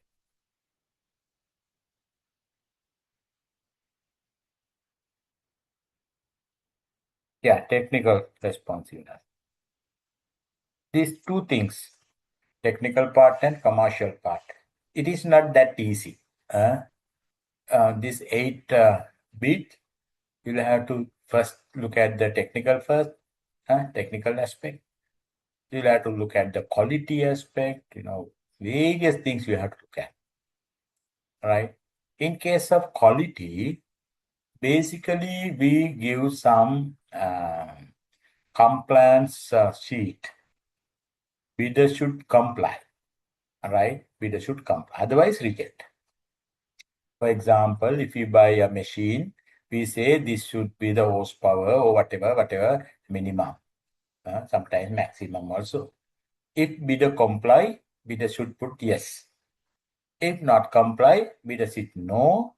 And supposing it gives more speed or more feature, under last column, remarks column, he gives this is more advanced or whatever, right? My point here is, I'm not going to discuss my full lecture here because it is not time, it's not sufficient for that. You must look at, for your exam purpose, I'm going back again, the evaluation process. It has very important part is preliminary examination. Preliminary examination is reject bids rather than accepting bids. It has two steps. Step 1, 7 points, rejected some bids, and you should be demonstrate that. Second step is remaining bids. Look at from the technical and commercial point of view. In such a situation, you have to decide this. There may be deviations. This stage, whatever we have requested, bidder has given slightly different. Maybe not compliance with our technical or commercial. If it is straightforward, we can reject. But it is not that easy to decide whether straight away we can reject or not. But there are two types of deviation. Don't forget about here. Major and minor deviation. Here, deviation we say. Based on deviation or deviation, reservation, omission, whatever. It has two, major and minor deviation. That is the point I want to stress. Major deviation, some debatable also, there is a temporary measure for the, until we decide with the minor or major, is temporary debatable. Okay. So if it is a major one, there is no chance major shall be treated as non-responsive. Major deviation. Minor, you cannot reject. That is right. We'll have to consider further and minor deviation. Yeah. And that means it does not affect to the responsiveness. Right? We can correct it. Right? So with this, I will stop that because it is no very lengthy discussion otherwise. The third one is a financial part. Technical, commercial, financial. What does it mean? Any technical or commercial minor deviation. That's what I said. Any technical financial deviation, we say it has a financial value, right? Then we can consider in the detailed bid evaluation how we are going to evaluate that. For example, we say construction should be completed within 6 months. It is a requirement. One bidder say, I need 7 months. I need 7 months. Is it a commercial or technical thing? First of all, tell me.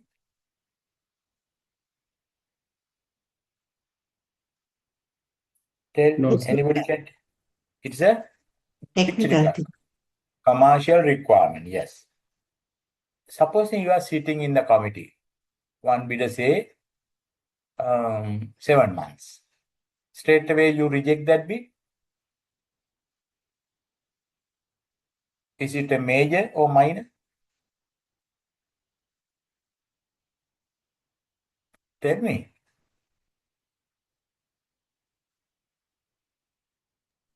It would be minor. Could be minor, not always, but generally we can say construction. Then, okay, minor deviation. How to proceed?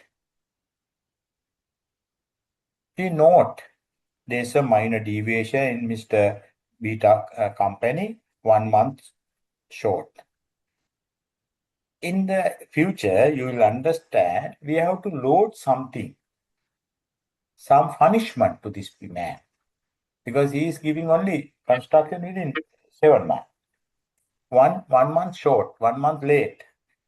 In the future, I mean, in the detail, we are not in this stage. This stage, purpose is reject. We are not going to reject this man. We keep him with minor deviation. Okay? At the detailed evaluation only, we load something. Right? Okay. Now, my to give a clear understanding of your my mindset, at this stage, I said the second step, when you evaluate the rest of the bid, 8 bids, there may be perfect bids. Okay, no problem. Technically perfect, commercially perfect. But generally, it is not the case. Generally, we never find perfect bids. There may be very big deviations, that's called major.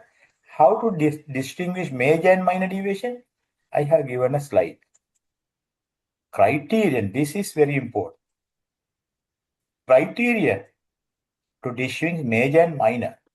Some guidance you can get. It is not the hard and fast theory, but I am telling you to get some insight as a committee member, how we look at this deviation, whether it's a major. One thing, whether such deviation affect the quality, functionality, or performance.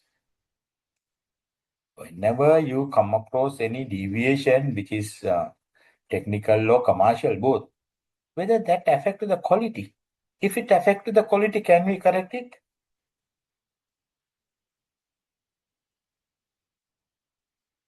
No, sir. No. You can't compromise the quality or performance or functionality.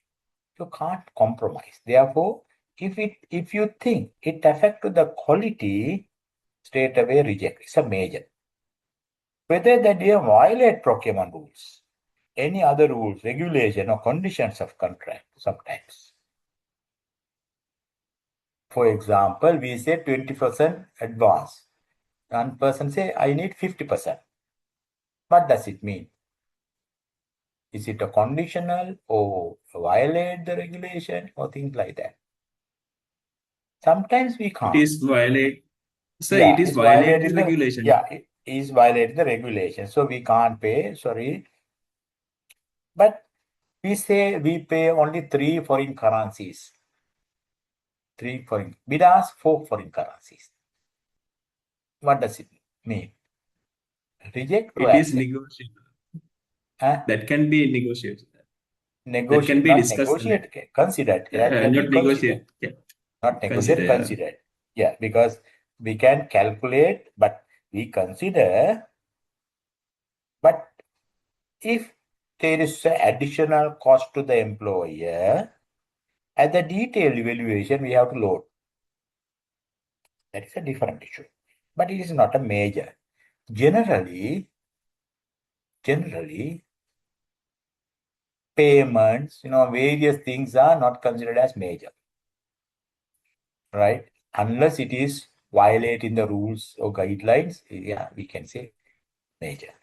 Third point, it gives, okay, now we see because of his deviation, it gives an advantage to him, unbidden advantage, or disadvantage to other person, another bidder. But it cannot be financially assessed. Okay, by looking at that deviation, I mean, very carefully, very intelligently, we have to look at these 3 points. There are deviations by looking at either it gives an advantage to that man or an disadvantage to another person. If it is financially assessed, no problem. Why? It does not affect the quality or functionability, does not violate the rules, but gives an advantage to the bidder or maybe disadvantage another bidder. But it can be financially valued. You can get the financial value. Any example? Or financially can't assess or evaluate. For example, I'll give one example. It may be a conditional also. Bidder say, we say this is a fixed price contract, fixed price. No price fluctuations, price escalations. But bidder say, if exchange rate goes up, or cement price goes up, or iron, whatever, steel price goes up, I need price fluctuation. We can consider it's a conditional, we can reject. But assuming that it is not a conditional something, but we understand if cement price goes up, we have to pay something to him. Is it a major or minor now?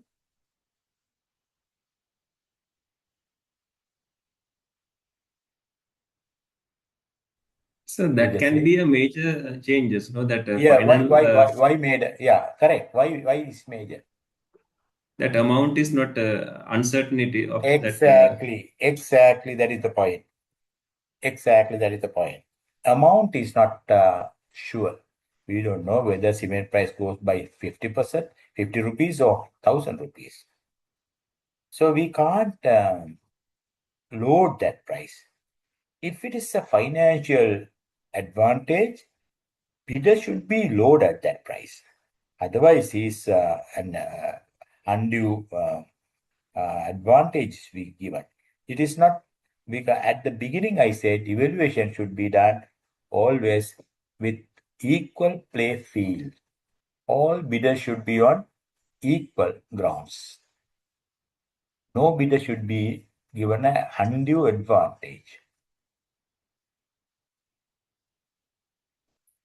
But if we consider this requirement, we cannot load that price. Either we add 50 rupees to his bid price or 1,000 rupees. Therefore, it become a major. Anyway, it is a major, it's a conditional thing. But it's an example. Now you think, I mean, it is quite interesting area. At this step in the examination, that is what we need: expertise, technical expertise. That's why we say in the bid evaluation committee, there should be technical experts and financial or procurement experts, right? So look at the commercial aspect as well as the calculations and things like that. Therefore, I am not going to explain much because I have to discuss many other points. I'm definitely asking a question in this area, telling you should be able to explain your knowledge how we evaluate bids and reject bids under various steps and stages, activities, things like that. That's all. The second question or second point of the question. Here is the question. In the first slide, sir. First slide.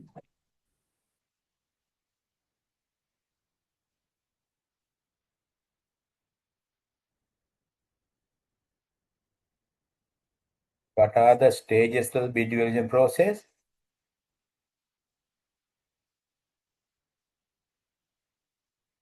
Explain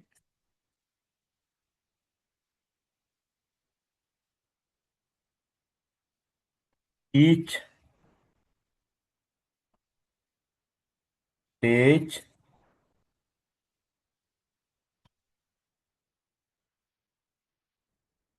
and steps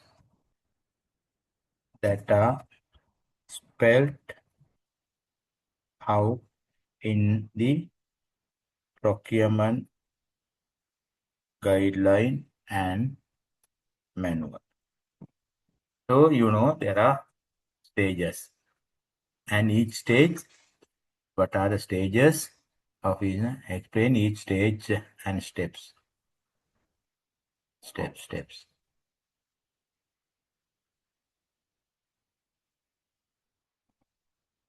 Right?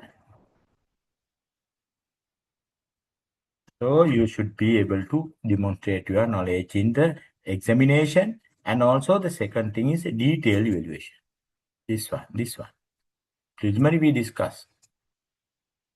Detailed evaluation is a very important step. Now we have, in this stage, we have rejected, for example, another 3 bids out of 8.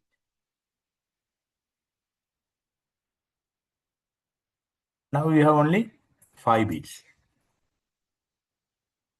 remaining for your detailed evaluation. It may be another question or part of that question. Explain the step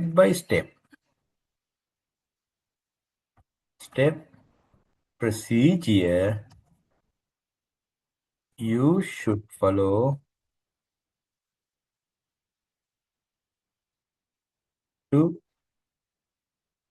select the lowest evaluated substantial responsive bidder, right? We are not the detail. Maybe you have to imagine that. Explain the step-by-step procedure you should follow to select the bidder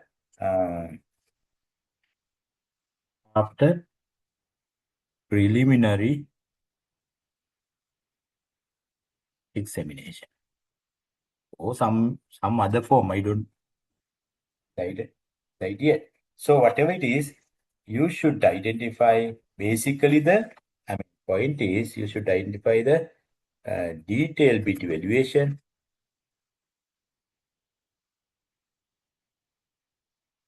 What else? And post-qualification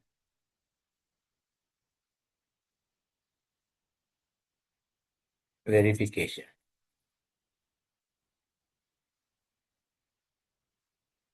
Also now, lowest evaluated bidder. Okay, right. Detailed bid evaluation and post-qualification. If you look at your drawing again,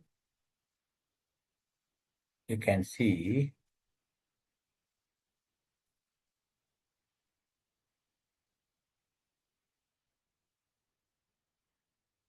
that chart here. Here, detailed evaluation is the next step.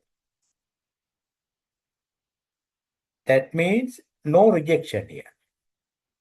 all rejected bits are over there. Now we have only 5 bits.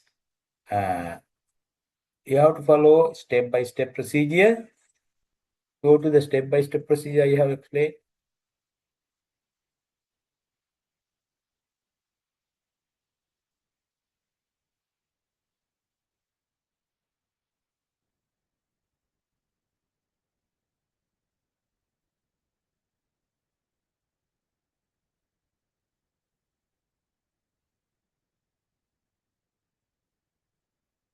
Where is that?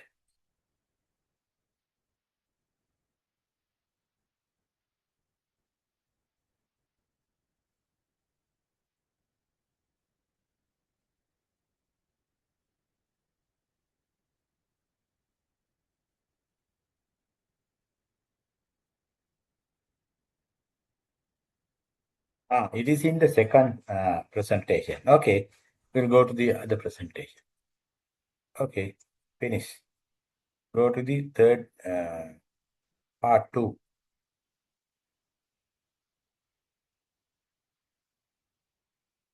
Sorry.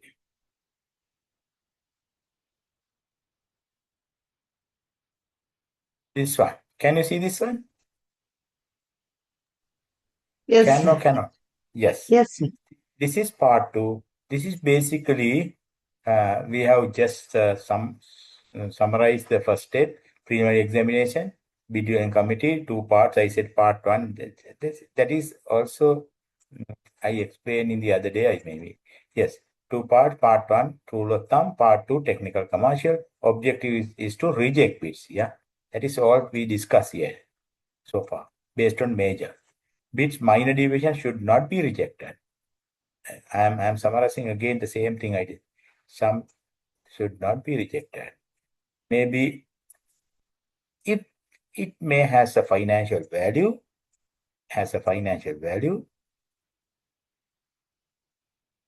or not.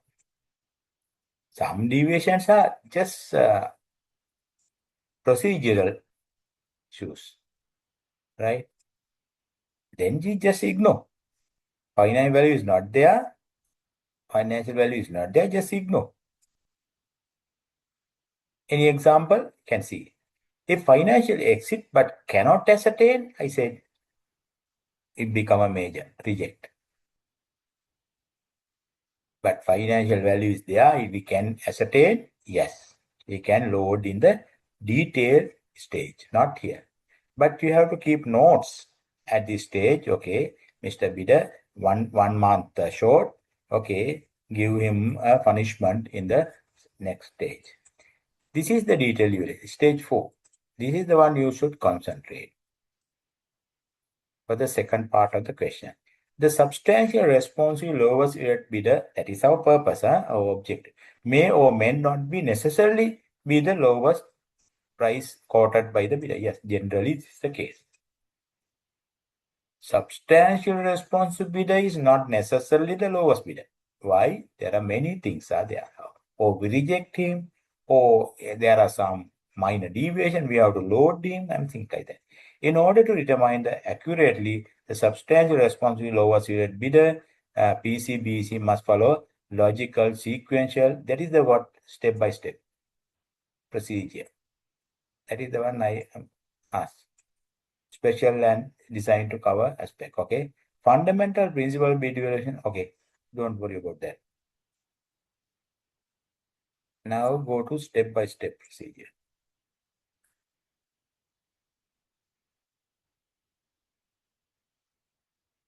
Okay. This is the one I explain. I expect from you.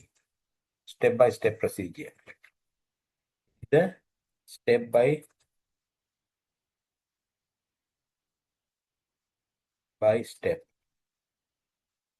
procedure.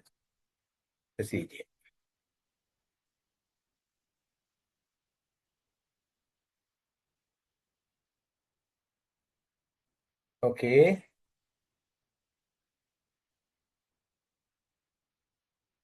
Right. I'm not going to explain what just mentioned. Now we have 5 bits. No? But we have to exclude VAT. If bidder has given VAT.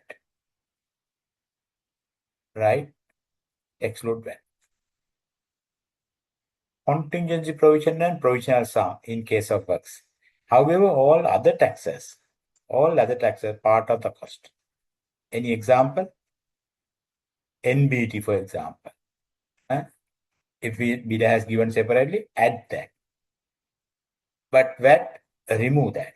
Something like that. That is first step. Correction of arithmetic errors. Second step. All steps we have given principles. Look at the principle. The committee should follow to do this calculation certain principles. You cannot do by your own or your arbitrary calculations based on principles, right? Now, applicable discount. You should know what is the principle says. And adjustment for here earlier, we have noted minor omissions. How we are going to load him to keep all bidders on apples and apples, similar things. Therefore, there is a principle how you can load. You can't give arbitrary values. There should be a basis for that. For example, some missing item. Missing item is there. Delivery, you can follow your liquidate damage formula, liquidated damage formula, or some other estimation.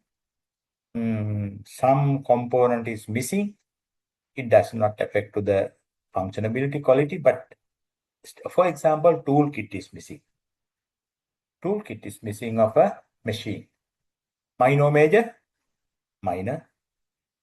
But can you compare, because we have requested toolkit now, can you compare 2 bits with toolkit and without toolkits? No, it is like apples and oranges, I say. Not similar. We have identified toolkit minor, but we have to load at this stage. How much we add? The toolkit, tell me. That is the principle. So highest bidder value? Yes. Or average? We can put the highest price or average price. Or estimated cost. Say some goods we can get the estimated cost. No? For example, spare wheel, for example, we know the Michelin or whatever the tire you requested, what is the market price. But additional 25% we have to add, I said, in such a situation, because you have to buy that tire again. You have to do a procurement. You have to call quotation or whatever. Therefore, there's an administrative cost that is generally 25% of the cost. Or whatever the basis, it is given in the principle. You have to load to that bit. Now the 2 bits are same. Okay? Right? All adjustment. So if we need, so for example, if you need after sales service, for example, sorry, where is that? Operational cost. Say a machine, we say you must give the cost of the machine and also at least for 3 years maintenance cost. Major repair cost, major replacement cost, whatever, things like that. So bidder should give 2 price. One is the machine price, second is the maintenance price. So when you do the evaluation, you have to add that.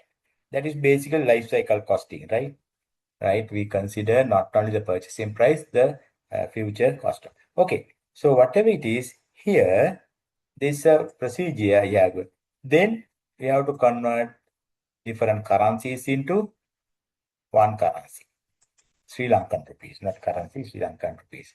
So no matter how much currency has put dollars, yen or whatever, if it is 3, but bidder has given 4, I said this is not minor, but additional cost if you incur, load to him.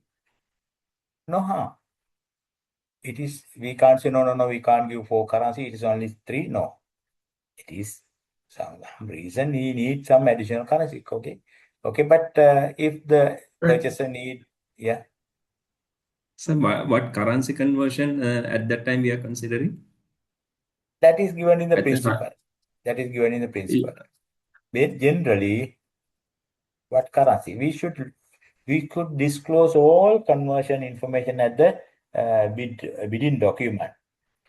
Generally, we should give the date of conversion. Generally, date is either bid closing date or 28 days prior to the bid, whatever the date we have mentioned. And we must mention in the document, we consider selling rate, not the buying rate. If you have not put the rate, then there are two different, right? So we must mention in such a situation how we do. We can look at the case studies, right? Third thing is source. Three things. In Sri Lanka, we can say central bank is the source, because if you look at different banks, their rate is different. So we should have one source. Say three information you should disclose the document, we have to evaluate accordingly. Okay. Now, you do step-by-step procedure following the principle. Then you reassess the ranking. At the opening, alpha is the lowest. Now after this one, beta is the lowest. Or some theta is the lowest. Okay, that all depend on your calculations. Then you have to do another thing, check the unbalanced bid. It is still lowest, but cannot straight away recommend. That is the common mistake our committees does. Bid evaluation is done, lowest bid is okay, but we are not supposed to recommend unless we do whether there are any imbalances. What do you mean by that? Especially for construction, we say whether it's a front-end loading issue. What is this? Still lowest bidder. That which comes first, they are given high rates for that. Exactly. Items. Exactly. Early items, we say early items, they give high rates. Generally, how much we can allow? 5%, 10%? No. If it is more than, because we also have some our rate now, our estimated cost. If it is more than 50%, we assume it is a front-end loading issue. Okay, generally. Even less than that we can consider. But general rule is, if the bidder has given more than 50% over our estimate, it is definitely we identify as a front-end loading. So if there's a front-end loading, we have two options. What are the options?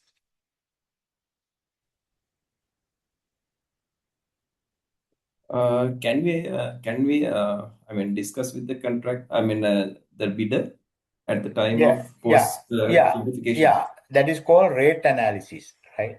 That is called, we cannot negotiation, clarification. We can ask bidder, okay, can you clarify that why you need 150 whereas we put 100? So bidder, maybe we accept or reject. If it is reject, we reject the bidder. Okay, we reject now, because he is obviously trying to get undue money. So whatever it is, my point here, one is this. The second thing is, okay, not 50%, not obviously front-end loading, but some percentage, 10%, 20%, but still we have the risk.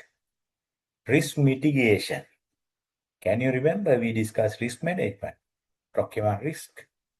Now bidder is the lowest man, but still he get 10% or 20% more than our estimate at the front items or early items. What else, rather than rejecting, what we can do? Second option, second step, what we can do? Can't we increase the performance bond? Exactly. That is the point. That is the point. We have to enhance, that is called enhanced performance security. Then we mitigated our risk to the bidder. Okay, Mr. Bidder, sorry, very good. We accept your bid, but your performance security is not 5% or 10%. 10% plus this much. The additional money he is trying to get. Okay, finish. Sir, can we change this one at the time of, now it is tender, bidding time, it is mentioned that bidding as a criteria, that whatever that performance security. Can we change any time? Yeah. What is the question you ask? In the document we say bidder shall keep minimum 5% or 10%. If the case may be goods and works. In case of goods we say 5%. No, sorry, goods 5%. No, works 5%. Goods 10%. Whatever. 10%. So this is goods 10%. No, yeah, I can't remember anyway. Whatever that is given in the document, but now we ask additional performance. It is not in the document. It should not be in the document. It is a principle. What principle? To mitigate the risk, enhance security. Okay? Clear? Okay. Now everything is finalized. Any clarification, not negotiation, bidder can ask, various clarification, and you got the correct lowest man, correct lowest bidder.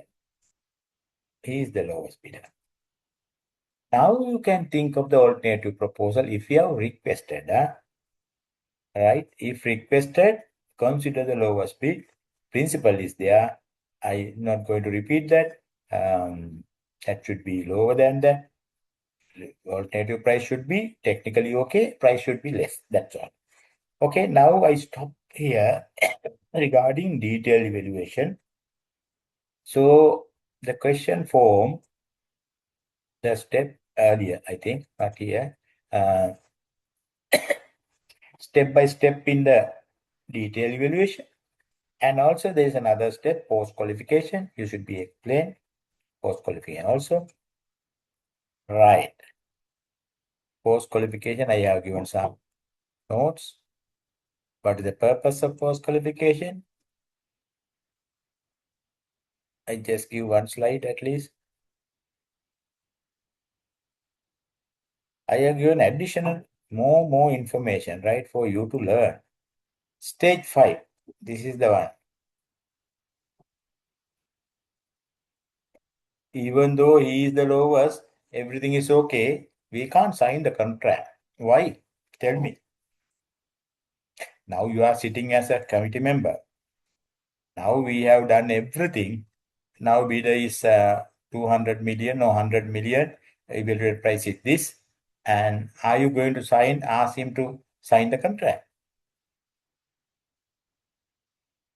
No. In our diagram, you see the next step is post-qualification verification. What does it mean? Tell me quickly. Time is running. Any qualifications at that time need to be clear. Yeah, whatever he has given, we must see whether bidder is a trustworthy bidder. Because bidder on papers, he give, I have cash flows, I have technical capacity, I have people, everything, equipment, everything. But should we accept that as it is? That is up to you. If we accept is something wrong, you are responsible. Technical committee and procurement committee both responsible. Therefore, you must verify. Objective is to verify the qualification and experience of the lowest bidder. Okay. Therefore, the big steps I have given. Post one is a distinct step in evaluation. In the absence of pre-qualification, you must do the post-qualification for the bidder. If you have done pre-qualification, updated information you have to check. You don't need not to check everything. Post-qualification involves determine the technical, now we say BEC, bid evaluation committee, that the bidder, supplier, or contractor submitted the lowest bidder has an experience and capacity of perform the contract. Even though he says, I have cash, I have things, no. Now you can get the latest cash flow bank statement, or you go and inspect sometimes. Various things are there, right? Okay, finish. Then there's another step, what you call this complaint. Last point.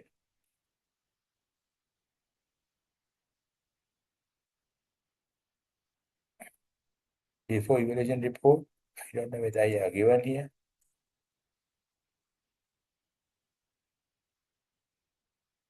Not here or somewhere.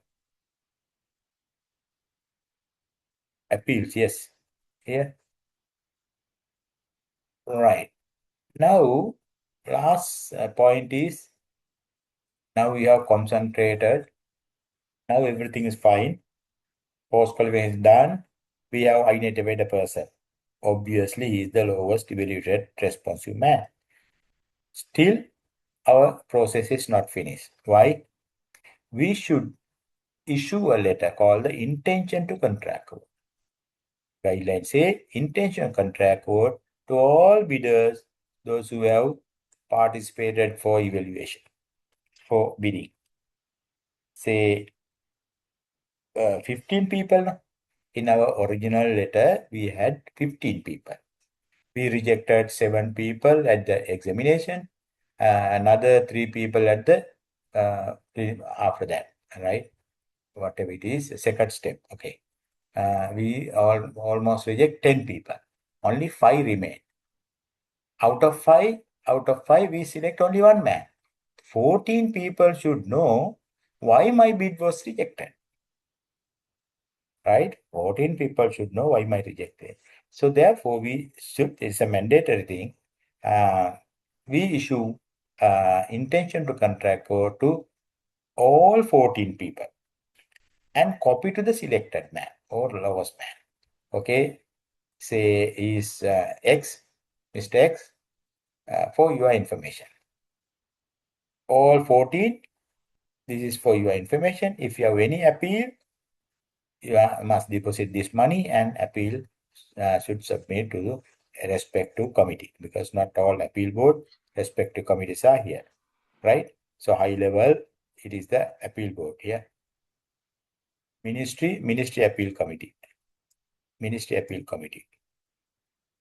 Here appeal board, present appeal board, procurement appeal board. Department project, Excuse me, DPC. sir. Yeah.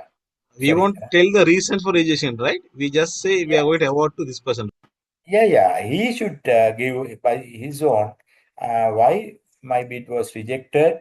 He can ask. He can appeal. We just inform. We are going to select Mr. X for this amount. If you have any objection, you can give self-explanatory. You must give why you are against this decision. It should be factually. He should forward to us. Okay. So those are individual letters. That mean that particular organization. Yes, individual That we letters. need. To 14 people, we are sending individual letters. One letter go as the copy. Copy letter go to the identified lowest man. One shot, finish. Okay? Okay. Okay. All right. Do we need to get the EC approval for all these letters before sending to bidders? Yeah. All things should be done after preliminary examination and detailed evaluation. Generally, you give the recommendation, BEC recommendation to the their recommendation and reports to the procurement committee. What they do is they go back and see whether rejection is correct. That is their duty, and they accept. Okay, they can also give their concurrence or approval. Not the bidding approval, the recommendation. If they have any question, they can go back to BEC and they can ask why you reject, it is not correct, and something like that. So all that is up to them. Even post-qualification is a joint work. Post-qualification, the procurement committee also should include, and sometimes present committee say, okay, BEC to carry out, because that is technical aspects, right? Generally, you must understand procurement committee are general people, technical committee are expert people. Whatever it is, Now you are in the standstill period, where means you can't take any decision until you finish your appeal process or complaint process. Okay. Now everything is fine. Appeal, they have to examine, not by the procurement committee or TEC, separate appeal committee or appeal board. Right? So what they look at is, supposing Mr. Alpha say, my price is the lowest price. At the bid opening, I was 100 million. You have selected 150, something like that. Why? That's what the common allegation, you can see on media. Many bids we have rejected and lowest man rejected, and highest, it may be correct or it may be wrong. We don't know. But you can identify as a knowledge person why we reject him. 100 million, because there's a obvious rejection reasons. Say under step 1 or step 2 in the preliminary examination. He belong to 10 people we rejected. Right? Okay, one reason. We didn't look at his price. We didn't look at his price. We look at other dimension. Now you can understand whole story. Any question? Any question? Then you have to write the evaluation report.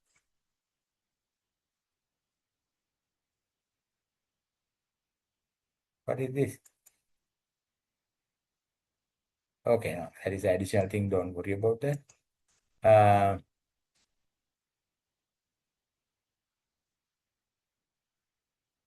Finally, we have to write the evaluation report. Yeah, evaluation report. Now finish that one. I don't want to discuss more than. Now you have 3 areas: opening, preliminary examination, detailed evaluation. Now I go to another interesting, okay? Point, where is that? Evaluation principles. Where is that? Not method. Quickly. Definitely you get some questions regarding this. I have given in my presentation as well as in the guideline, explicitly we have given some principles. Last time also I gave some case studies. I probably give case studies. And you should resolve using the principles. That's all I can say. I have given large number of case studies.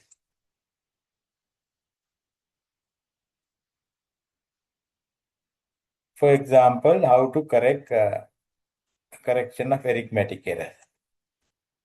You have to follow the principle, right? I don't say that. Price comparison, schedule by say, item by item. It's a principle. What is this? Anybody can tell me?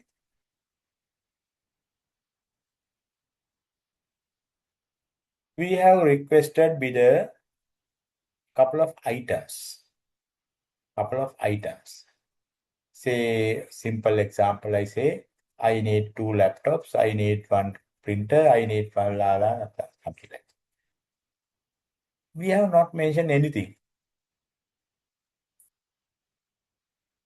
If there is no clear provision for separate comparison of prices, bid under each schedule and determine the low bid or bidder that on the basis of bidders. Okay, point is, bidder assume one contract is given for the lowest price. Purchaser is not going to evaluate item by item. If you want to evaluate item by item or lot by lot or schedule by schedule or package by package, you'll have to definitely mention in the evaluation criteria in the bidding document or bid data sheet particularly. Then bidder will understand how we are going to bid. That is a principle. So I have no time to repeat everything. I am telling you, I have given cases, right? You try these cases. Case 2, I don't know, case 1, where look at cases. Where is case number 1?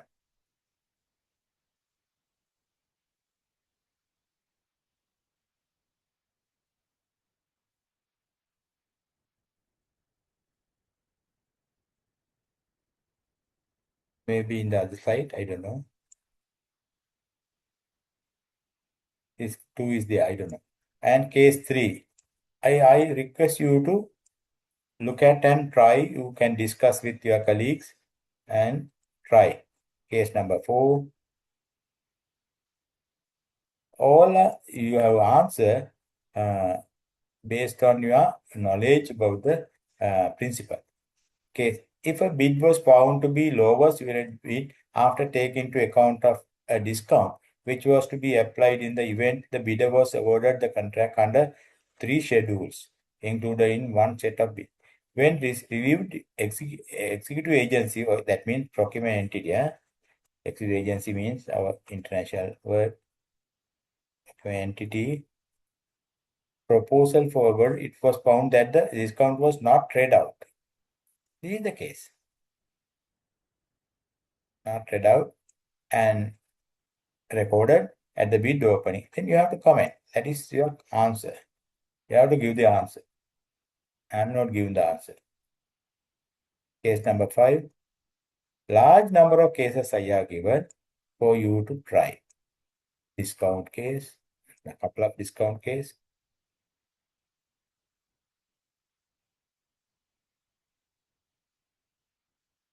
Case 7. Conversion to common currency.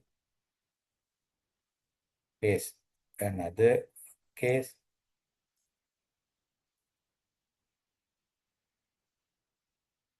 Case 7. I have sold out. Case 8 I have explained. Case 9. Somehow I have discussed, some not. But you try. Your knowledge should be used. Case 10. Case 11. Case 12.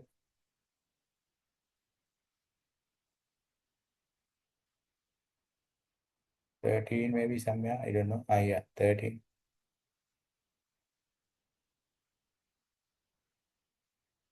14. 15.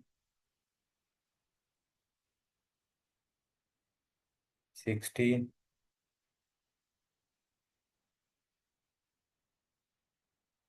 17. 18. 19. 20. I don't know further. 21. 22.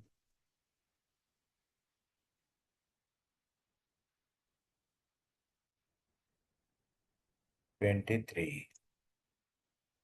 24. Why I give to try? If you 24, what? 25.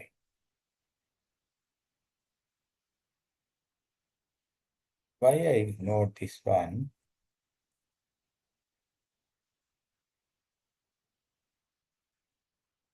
If you are very enthusiastic, you can try.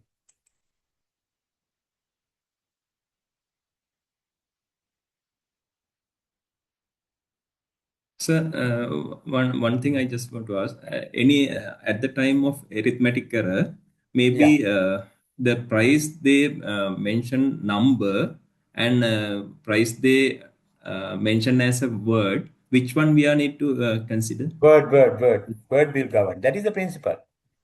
Right? Word. There is a discrepancy between the amount in figure and the word. Always word will govern. That is the principle. Okay? That's what I want you to concentrate. I don't know, 29 was given. Yes, 29. Why I mark this one? 30.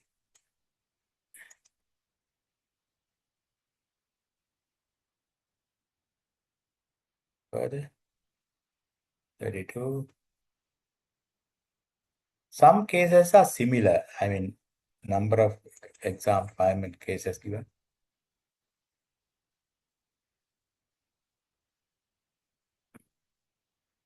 Very interesting. If you can resolve this all thing, you will not have any problem at the examination or evaluation as an officer.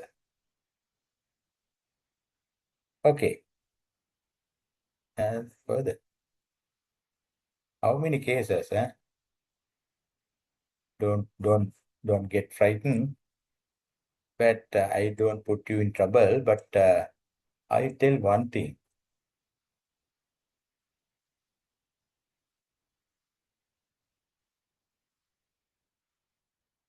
Oh, not finished yet.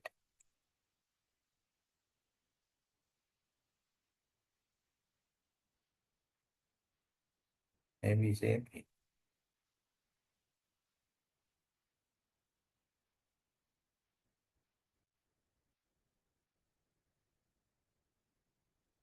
I don't know whether you have the time to do everything, but at least go through. So that's what, sir. If you can give that most important case which we need Yeah. to I'll give some hint. Yeah. Yes, sir, please. This is not for the exam only. This is for your career, right? As that, because at the end you are working in a government. That will be helpful for you to resolve things.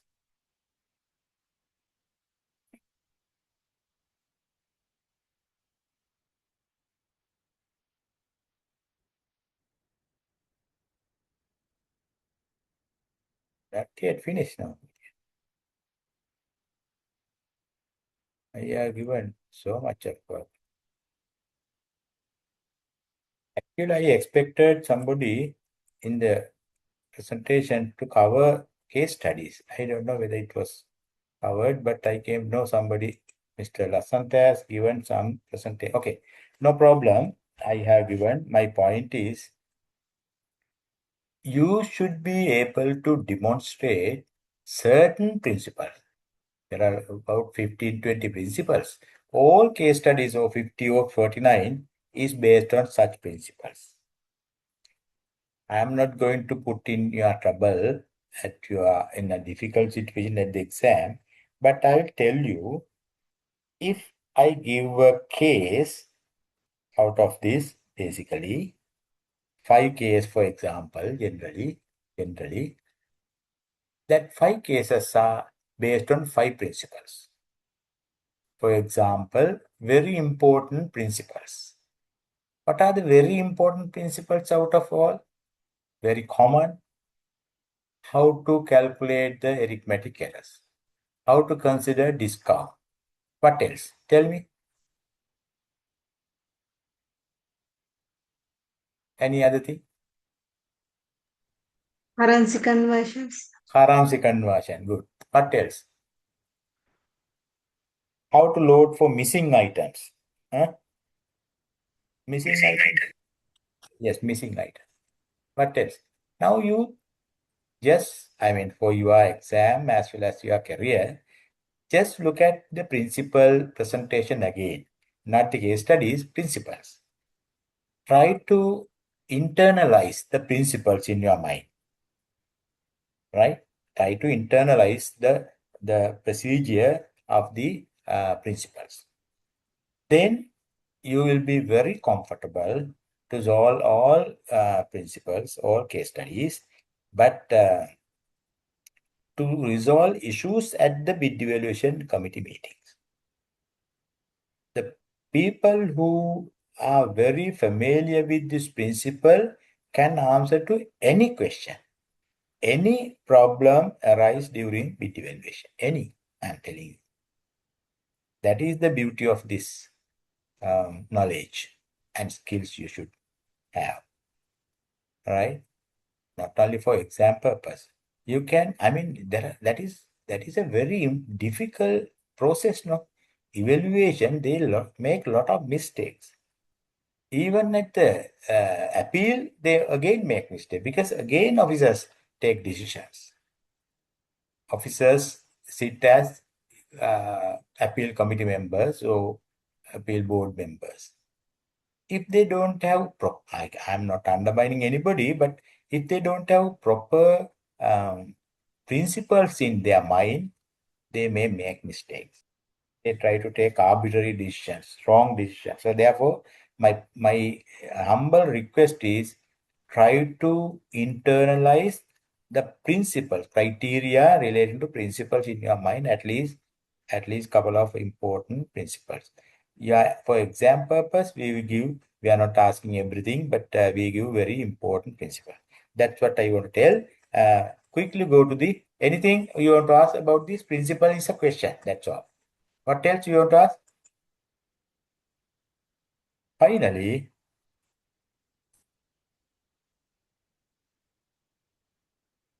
individual tools. I have given number of tools, but just have a general idea about the different tools we use. But especially evaluation method, I concentrate. Yeah, I say for you to concentrate this one, evaluation method. This is very important. There are number of methods. One is lowest price, not lowest evaluated price. Yeah, sorry. Some cases, if the technical, what do you call this, quality is same, for example, rice, grains, some oil, some gas, some, what do you call this, minerals, things like that. Same quality, we can consider only the lowest price, right? It is straight away, generally we can use. But generally, we consider the second method. What is this? Price is only one factor. Other factors we consider. That is called price plus other factors. That is the commonly used evaluation criteria. Procurement of durable goods such as engines, pumps, etc. etc. Yeah. Sorry, somebody asked. Okay, third one is very important. Life cycle cost. I explain you the initial acquisition cost is one thing. It is like an iceberg, I said. You can see only the tip of the iceberg. The larger portion may be underwater. You can't see the future cost. If you buy a high value, durable machines, planes, ships, very high health scanning and things like that, don't use the your basic evaluation criteria, that is price plus other factors, right? You have to go definitely for a life cycle costing. In the guideline, we say if the value is more than 750 million, you should submit a separate report to the National Procurement Commission whether you have achieved the value for money. Therefore, I'm not going to tell much because I have no time. Life cycle costing, you should be able to demonstrate your knowledge. How we are going, what is the methodology, how we are going to evaluate bids using life cycle costing. Merit point is another thing. It's not a very good system, I said. It's arbitrary, but still the banks and all is used. Okay, that's all I want to tell about this. There is only this thing, but finally, yeah, sorry, it is missing. Price plus other factors. Rated criteria. Yeah, It was there, sir. Huh? It was there on that slide. It was on first slide. It was not there. Maybe in the first previous presentation. No, what I want to say is the merit point system. My point is this. Okay, I will give a question. This one. Rated criteria. Yeah, this one. This is very important. Note down.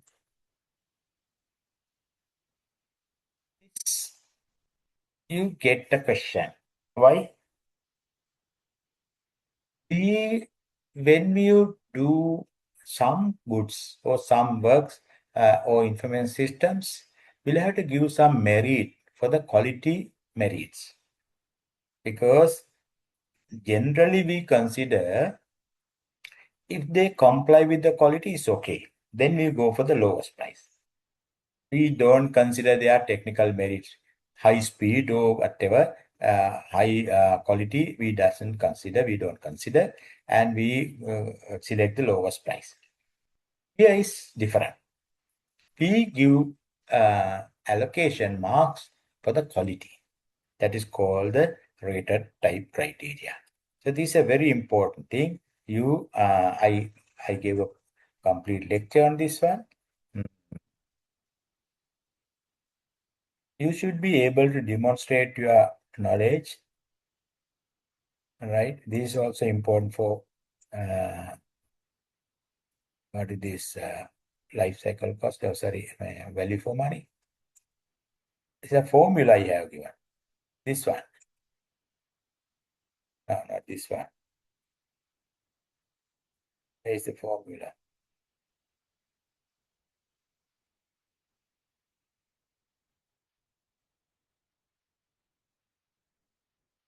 This one. This part of that.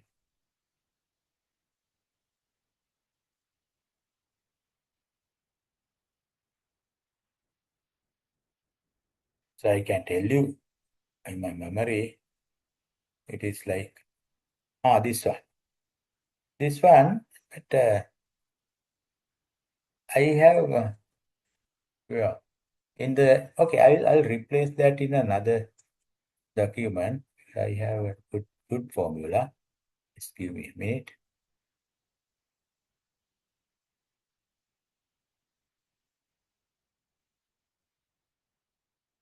Where is that? This one, yes. Still you have one. Within document.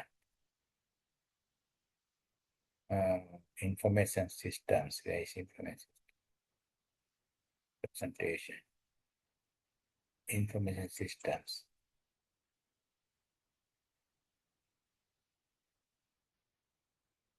I'll copy formula, correct formula, because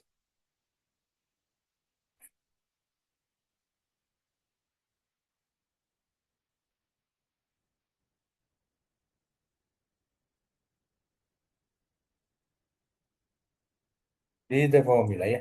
I'll give that. Copy, paste, that's all. Here. This is one I prepared.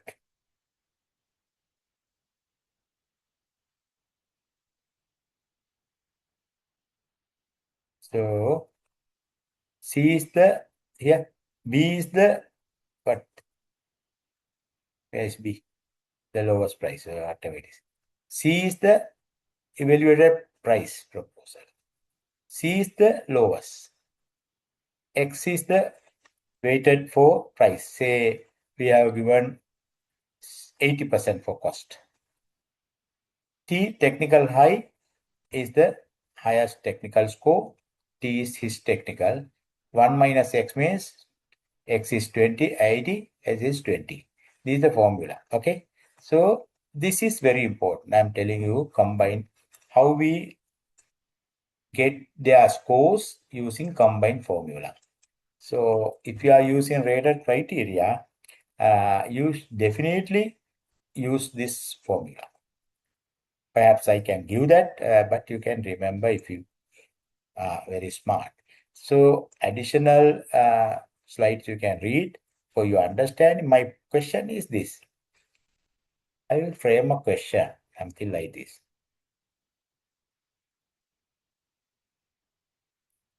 Model question.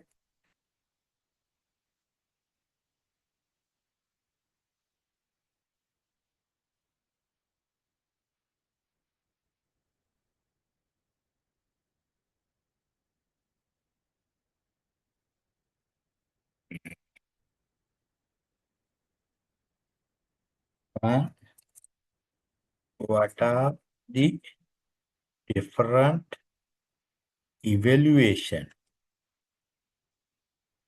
methods available to evaluate bits. Explain briefly sometimes.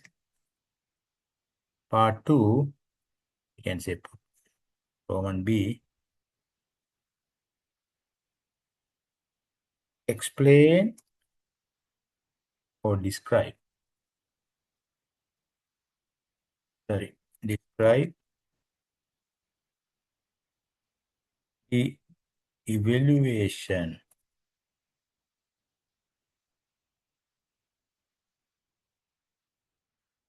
or we can say describe how to evaluate complex goods or information system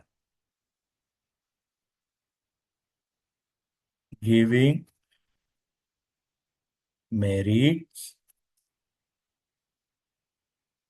in technical merit. Technical merits across proposals.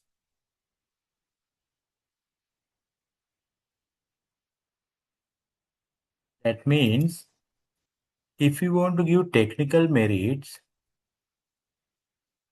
your normal lowest price is not suitable because it doesn't catch the technical merits.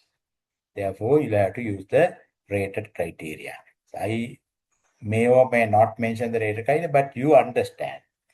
That means we have to use a separate methodology to give technical marks and price marks separately and ultimately combined marks. That's all I want to explain. Any question you have?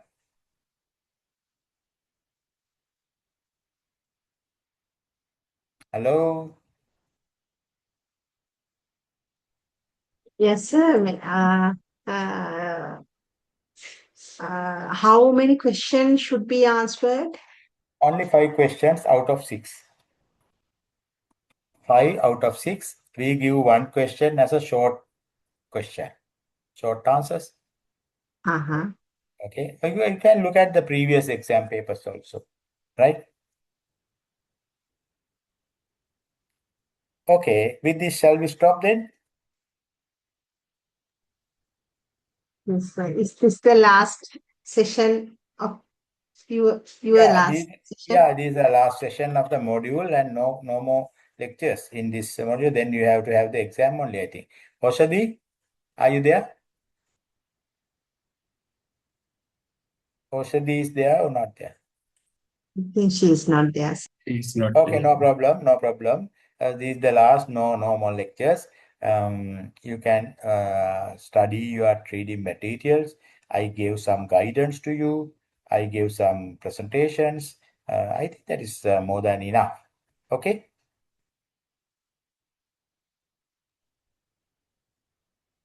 Yes, Shall we sir. stop? Okay, thank you very much, Thank sir. you. Thank you so Thank you very much, much, sir. Good everybody. night. Good night. You Good shared night. a lot of Okay. information with us. Thank you very much. Okay, you're welcome. Thank you very much. Thank you, sir. Thank you very much, sir. Thank you. Thank you very much, sir. Good night. Good night. Good night. Good night. Good night. Thank you, sir. Thank you.